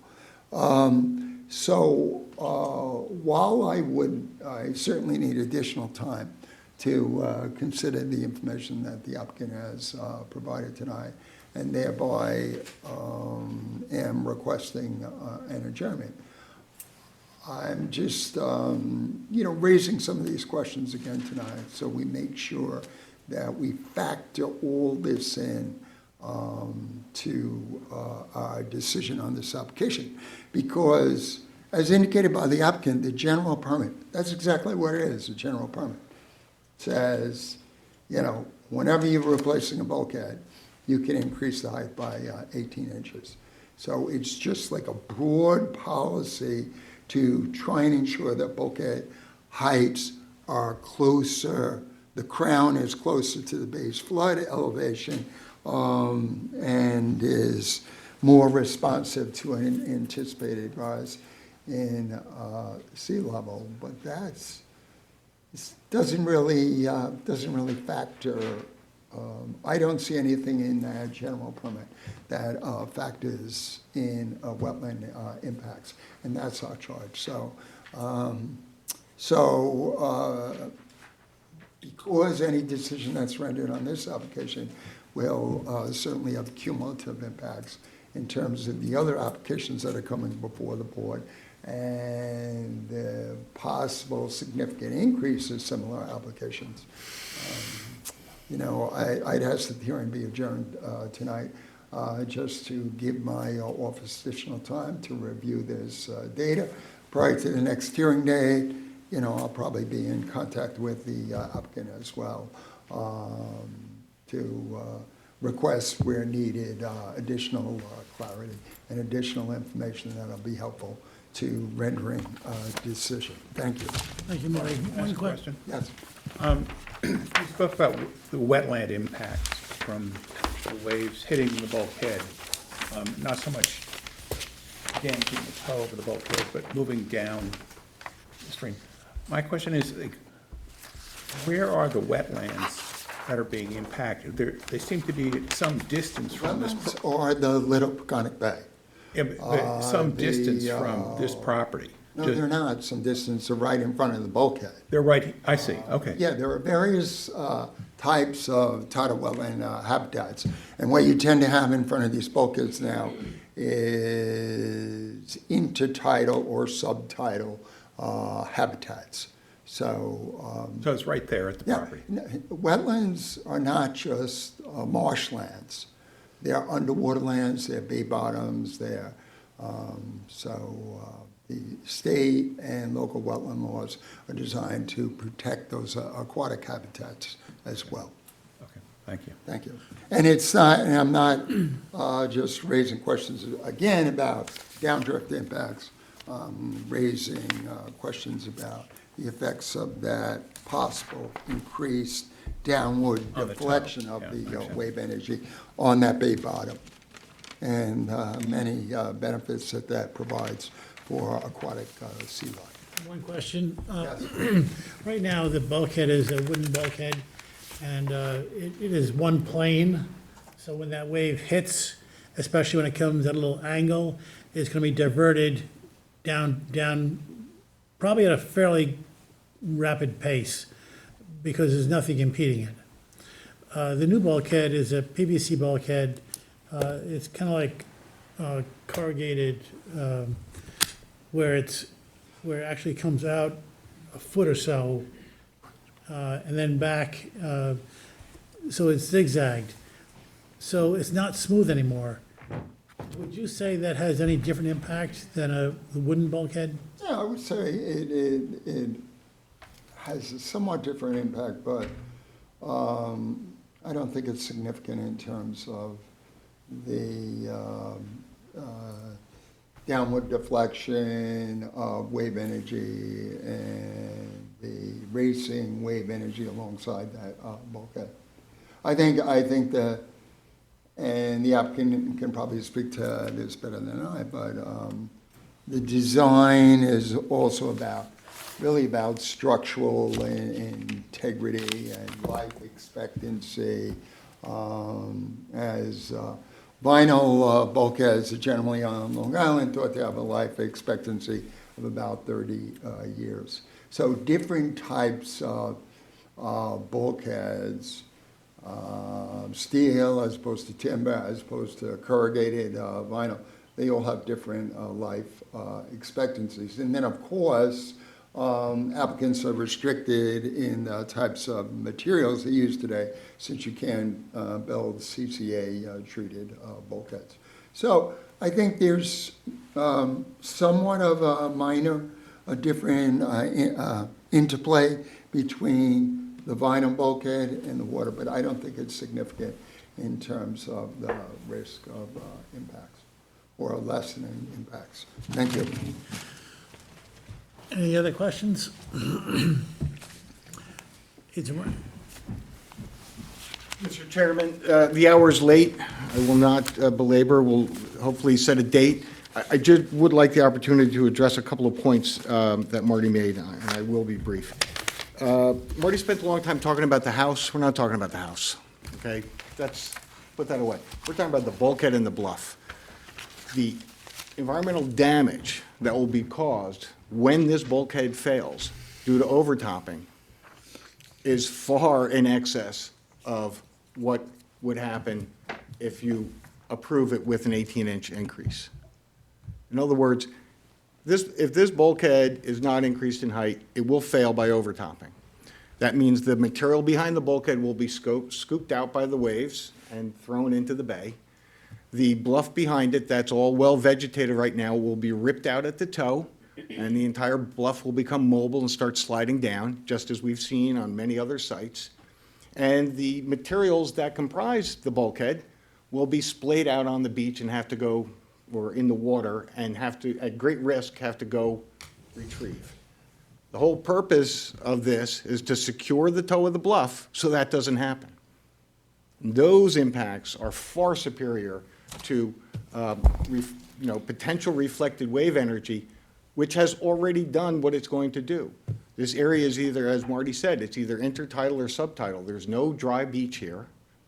The material, the difference between, there's no substantial increase in reflected wave energy, as I pointed out earlier, and therefore, the potential change to the subsurface habitat is also minor, especially in comparison to the alternative, which is failure. So that's the main point. Forget about the house. We're not talking about the house. But be worried about the bluff and be worried about the bay, because failure has huge impacts. Thank you. I'm happy to set a date.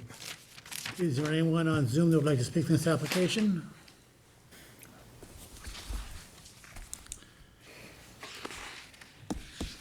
You want to come back the same day as the other one? April 8th, I believe? That's going to be a totally different subject. It is, I think we should go We have a longer. hearing date set on 67 already. It might be a good idea to put them together, and I wrote it somewhere in my notes. We have hearing dates that need to be set for two new bulkhead replacement applications that are on for the first time tonight as well. I think they're both yours, I think. Yep. 51 Clearview and 23 Bitter Street. That's right, those are both mine. Well, I'm not sure what we're looking at as hearing dates for those. Wilson is on March 11th. So you got all till what, 5 pending?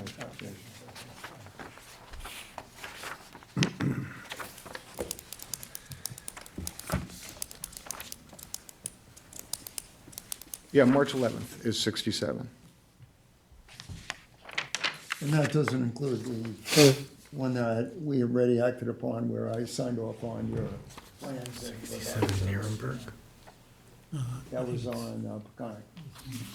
Yeah, what was You that? had submitted revised drawings and But it wasn't a bulkhead, was I it? signed off. What? It wasn't a bulkhead, though. Yeah, it's open for question. And in that case, you're looking to raise the height of the bulkhead by 5 inches as opposed to 18 inches. Okay. But I think we still, putting that aside, we still have 5 pending applications of yours before the board. I'm not sure what we're looking at in terms of hearing dates and all those applications. We're gonna hear the same arguments 5 times. Well, I'm going to try to cut it down. And at some point, we'll decide what direction to go in, as far as the heightening of the bulkheads, and that should make some of these hearings a lot briefer. But there is yet a need for him to make a presentation on each of the applications. All right, for let's the, do that, and public let's, record. let's think about Condensing. bringing these all together in the same date sometime in the future where we've got some thinking to do here and some research, and we've gotta make a decision. And when we make a decision for one, it's most likely gonna carry for all of them. I mean, some of the applications, 3 of the applications also include groin reconstruction. And I believe you're questioning the legality of the board to require a permit for groin reconstruction, but at the same time, you indicated at the last hearing that you would provide an analysis of the potential impacts of groin reconstruction. So some of these applications are just bulkhead replacement, some of them are bulkhead and groin replacement. So when we put to bed the issue of heightening, that doesn't necessarily put the remaining issues to bed. I'm just trying to keep your life interesting. Thank you. So We March appreciate that. 11th, is there a motion? Motion to adjourn until, Wait, there are 2 people on Zoom that would like to speak. What? Kevin, Oh. just like- Is there someone on Zoom? Yes, I have 2 hands up. Bring one of them on. Wilson, maybe Wilson Marshall. Oh, good. Evening. Good evening. Hi. So Nick Richard and Agnes Monialista, we are the owners of 51 Clearview to the immediate south of the property being discussed. Just wanted to go on record that we are not opposed to the request. We, like has been discussed this evening, we do intend to seek the same application in time for the exact same reasons, despite what seems to be a pretty significant burden of cost to us with really no discernible benefit other than being able to sleep a little bit better at night, knowing that the integrity of the bulkhead will ensure the integrity of the bluff. Thank you. Thank you. Thank you. And is there someone else who would like to speak? Yes, bringing them in now.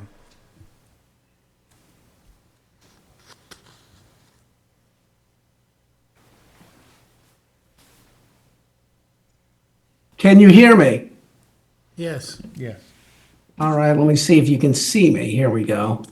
I'm Robert Ungaro. I'm the owner and applicant of this area, and there was a lot of things that were stated, and what I did want to do was clarify that we're all putting in these applications because the bulkhead is failing. And you should also be aware that I replaced this bulkhead only 5 years ago at the same height. And we're now experiencing more bulkhead failure because that height was insufficient. Having to rebuild again in only 5 years is in itself a needless environmental impact, which creates unnecessary disturbances to the ecosystem and the addition of building byproducts going into the bay. And that's not considering the huge cost that you're burdening us owners with. Rebuilding a bulkhead every 5 years is untenable. And as Mr. Richette said, we're not realizing any benefit here. I'm not getting any advantage other than protecting the property, protecting the bay, and avoiding the cost and environmental impact of doing this again.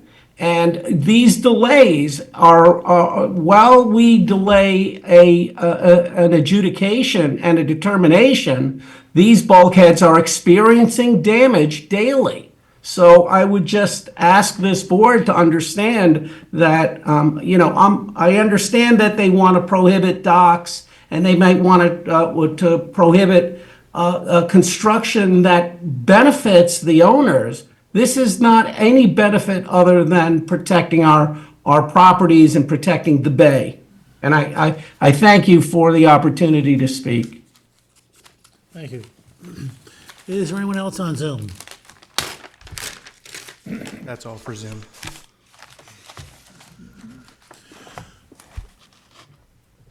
Was that a no or a yes? No one else on Zoom. Thank you. Is there a motion to adjourn to March 11th? So moved. Second. All in favor? Aye. Opposed? Advisory reports. Thank you, Aaron. Thank you very much. Northwell Health Eastport.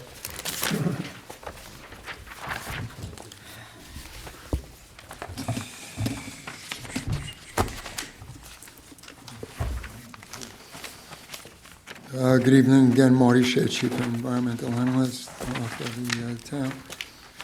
This is a subdivision application that's pending before the planning board. It's in the pre-application stage for a tract located at 242 Old Country Road in Eastport. There are several recommended advisory comments. The first is that based upon an Environment Division field assessment, which was completed on January 23rd of this year, the southerly property is currently being used as a tree sapling farm that contains patches or islands of natural, untouched, mature, deciduous trees, with the entirety of the property located in the Aquifer Protection Overlay District West, Central Pond Barrens Compatible Growth Area, and the Central Suffolk Special Groundwater Protection Area. Second, the northerly tract, which contains similar overlays as the adjacent southerly property, is marked by ecologically important pitch pine oak heath woodland. Recent impacts from southern pine beetle were observed at the time of the site visit, as distinguished by abundant intermixed mature, fallen, and dead standing pines, with the latter snags being especially vital for woodpeckers, owls, and birds of prey, as well as for increasingly uncommon forest interior and neotropical migrant birds. Thirdly, occurrences of rare species have been documented by the DEC, as noted by their environmental resource mapper, and they include summering state endangered northern long-eared bat and state threatened frosted elfin, for which habitat loss poses the greatest threats. 4, the relic woods on the northerly tract also provide essential ecosystem services, including biodiversity, aquifer recharge, carbon sequestration, air purification, wildlife habitat. These public values and benefits are enhanced by their adjacency to abutting northerly and westerly Suffolk County parklands, which act as important watersheds for both the Cedar Creek and Mauritius Bay.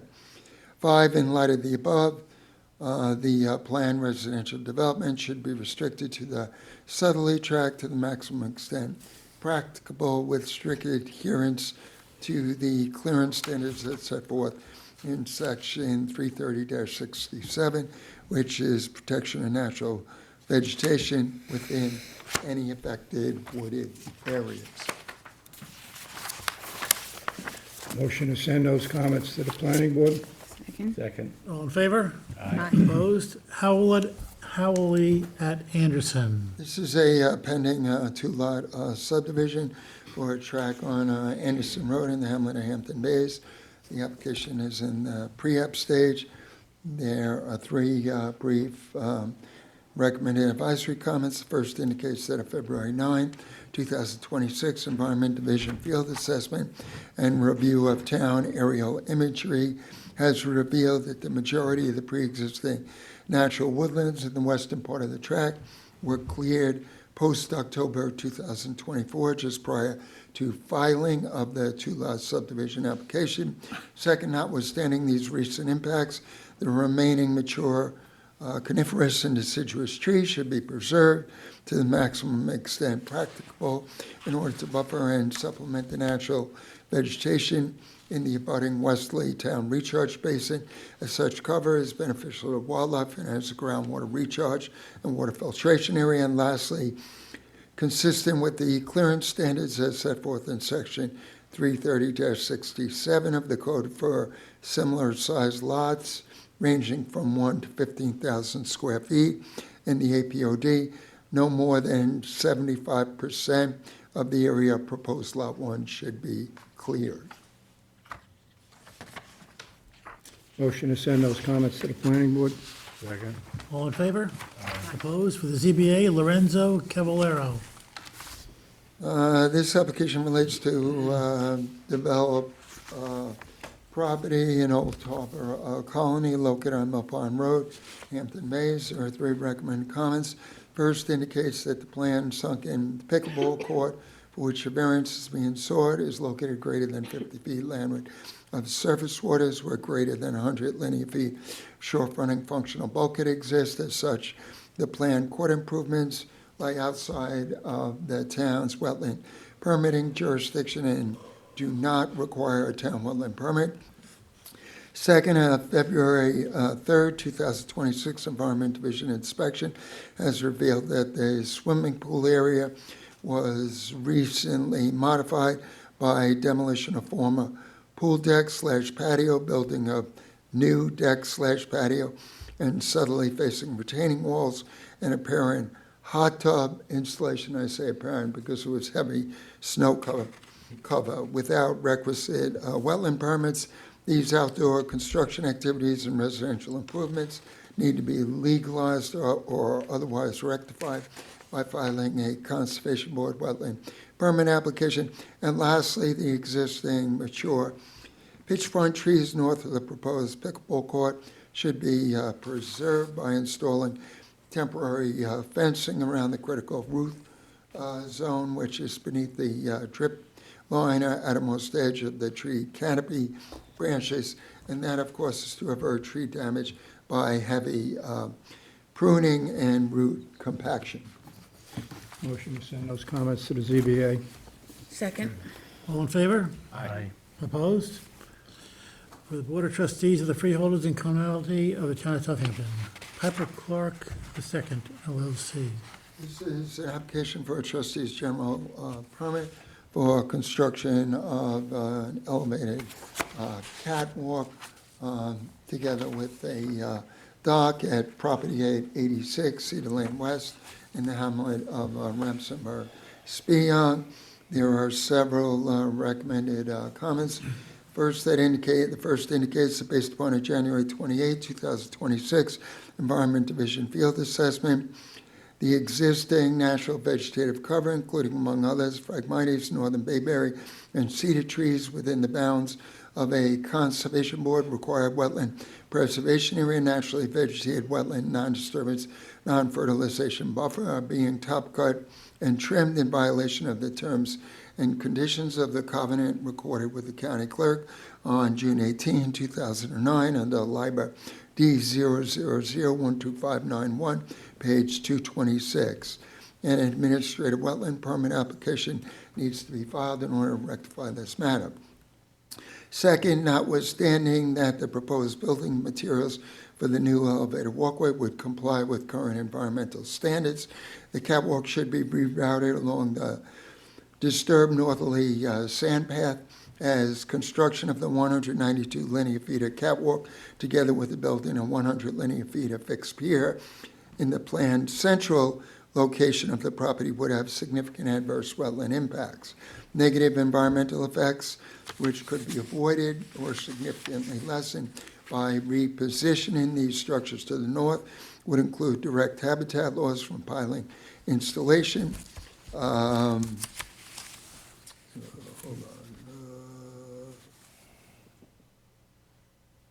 Plant mortality caused by human trampling, root damage and vegetation removal during construction, altered or restricted tidal flooding due to erosion, structural interference, and rack accumulation that disrupts water flow, loss of native vegetation species that require higher light levels than afforded by light penetrable decks, reduced shorebird and wading bird diversity resulting from diminished foraging areas, fragmentation of habitat, linkages and wildlife movement and dispersal corridors, and circadian rhythm disruption and associated harm to plants and animals caused by exterior lighting.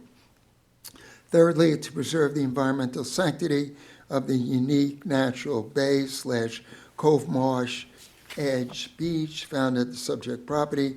Other environmentally less damaging alternatives to construction of the lengthy walkway and pier and resulting wetland loss should also be explored in order to provide water access, including use of the boat ramps and docks maintained by the Southampton trustees at nearby South Bay Avenue, Eastport, and Shore Road, Remsenburg, Spion, and Baycrest Avenue, West Hampton, Mauritius Bay, or use of the proximate private Remsenburg Marina located at 42 Dock Road in Remsenburg, Spion.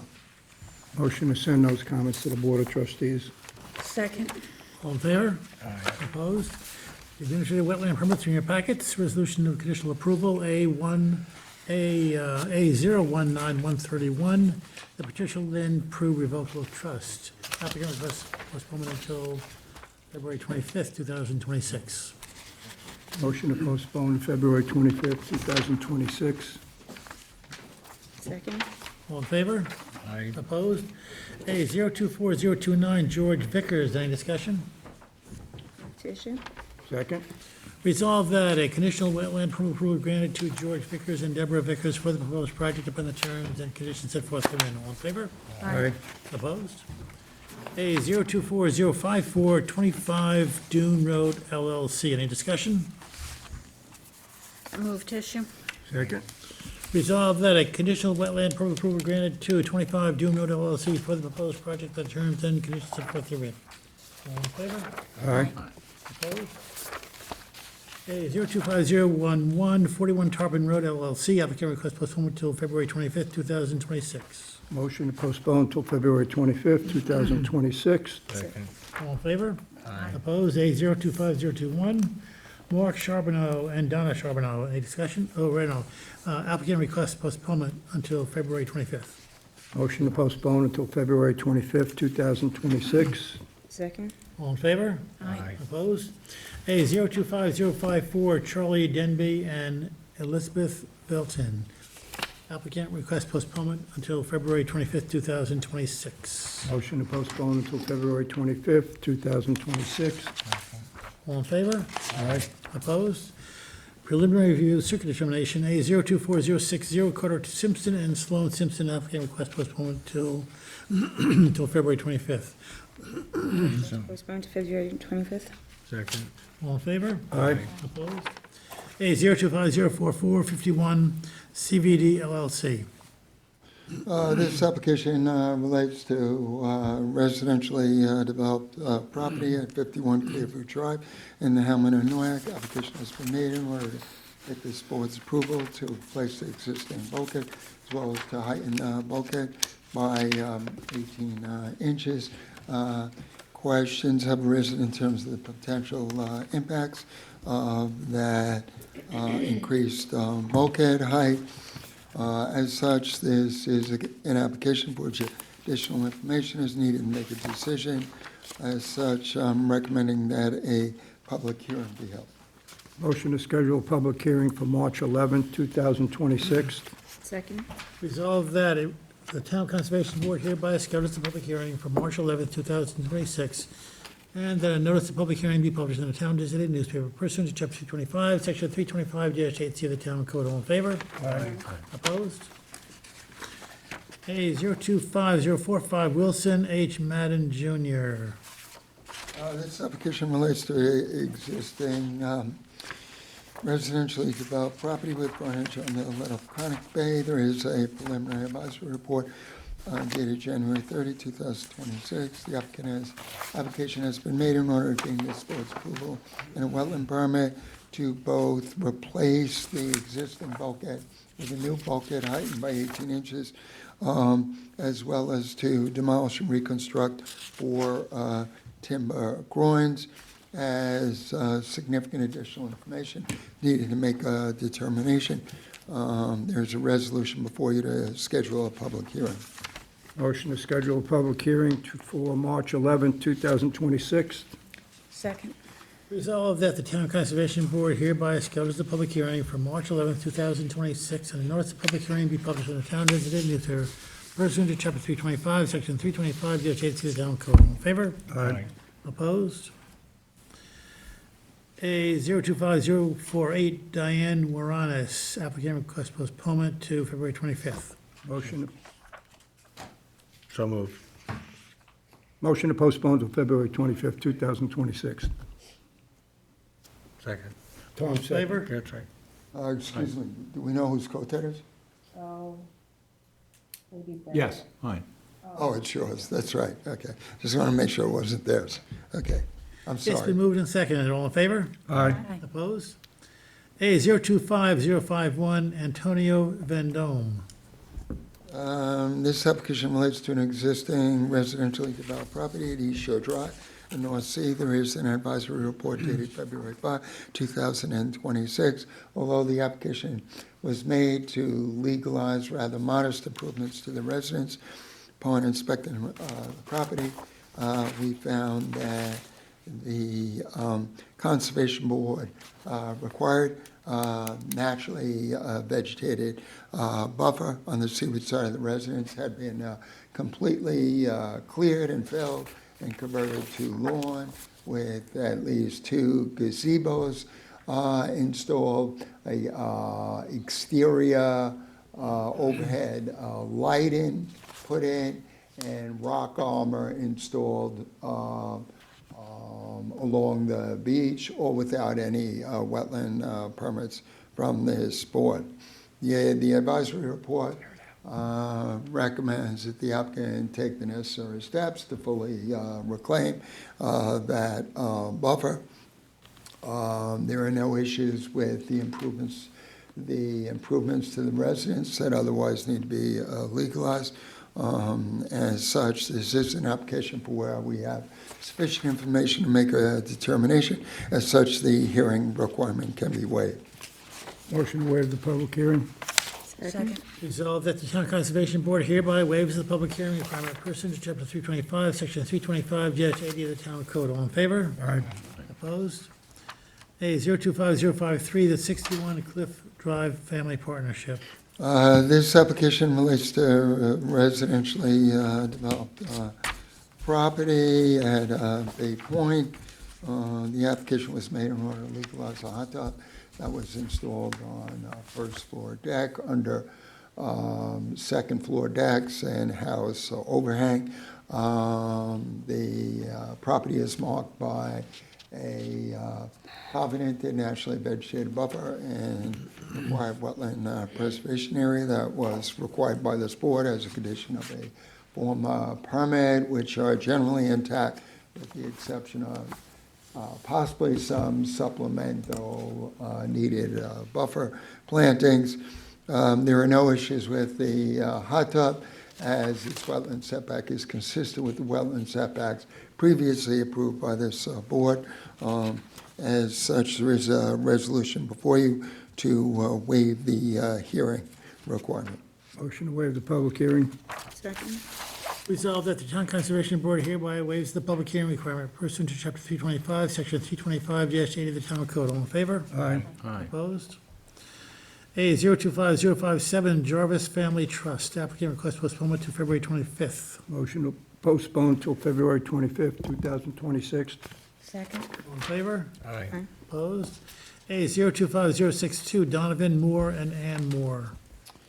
This application was made in order to legalize the installation of drive entry pillars and picket fence. There is a preliminary advisory report on file dated February 6, 2026. Property has frontage on Mecox Bay. Upon visiting property, I found that the site has extensive unauthorized, non-code compliant fences that need to be addressed. There are also fences that were installed outside of the property bounds within a private road right-of-way, as close as 0 feet from wetlands. So notwithstanding the presence of a 10-foot beach grass buffer as a condition of trustee authorized bulkhead replacement, there's a need to rectify the fences that run down to the water and wetlands on both sides to reduce their heights as well, and to expand the buffer as mitigation.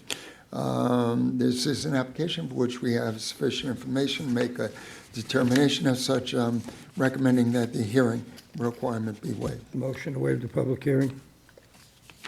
Second. Resolved that the Town Conservation Board hereby waives the public hearing requirement pursuant to Chapter 325, Section 325-8E of the Town Code. All in favor? Aye. Opposed? A 025065. This application relates to vacant forested property fronting on Ceta Creek, town and state regulated title wetlands. There is a preliminary advisory report on file dated January 27, 2026. As indicated by the report, the property has some history in that the board had previously issued a permit for residential development, which has since expired, thereby requiring that the applicant file for a new permit for a very similar plan for the site. The consultant had flagged the wetland boundaries, found that they had advanced landward. I had recommended that the buffers be maximized, that the applicant guard against over-cutting of trees within the private road right-of-way, that they reposition dry wells. The DEC has since asked that the impermeable surface area be reduced, so there is a reduction in the patio as area. The applicant has agreed to all the recommended mitigative measures and actually has come forward with a revised survey today, which is being supported by this resolution. So we have sufficient information to make a determination on this application. As such, the hearing requirement can be waived. Motion to waive the public hearing. Resolved that the Town Conservation Board hereby waives the public hearing requirement pursuant to Chapter 325, Section 325-8E of the Town Code. All in favor? Aye. Opposed? Resolution to issue modified conditional approval, A 024044, Bradley A. Edgar and Lauren D. Edgar. This is a residentially developed property that contains and abuts town-regulated freshwater wetlands that have been impacted by landscaping and fencing. Recently, the board acted on a conditional approval to allow for to legalize certain improvements to the property, as well as to allow for minor additions to the residence, with an upgraded IA OWTS to be installed. The applicant has since decided to demo and reconstruct the dwelling as well. That actually, because of the constraints of the property and the pre-existing improvements, doesn't pose any additional needs for mitigation. The impacts can be satisfactorily addressed by the covenanted buffer that this board has already required, as well as other remedial actions. So there is a resolution before you to grant a modified conditional approval to allow the applicant to now demolish and reconstruct the dwelling as part of the previously authorized improvements at the site. Motion to grant the modified conditional approval? Resolved that a modified conditional approval be granted to Bradley Edgar and Lauren Edgar for the proposed project about the terms and conditions set forth therein. All in favor? Aye. Opposed? Is there a motion to adjourn? So moved. Second. All in favor? Aye. Opposed? Thank you all. Right.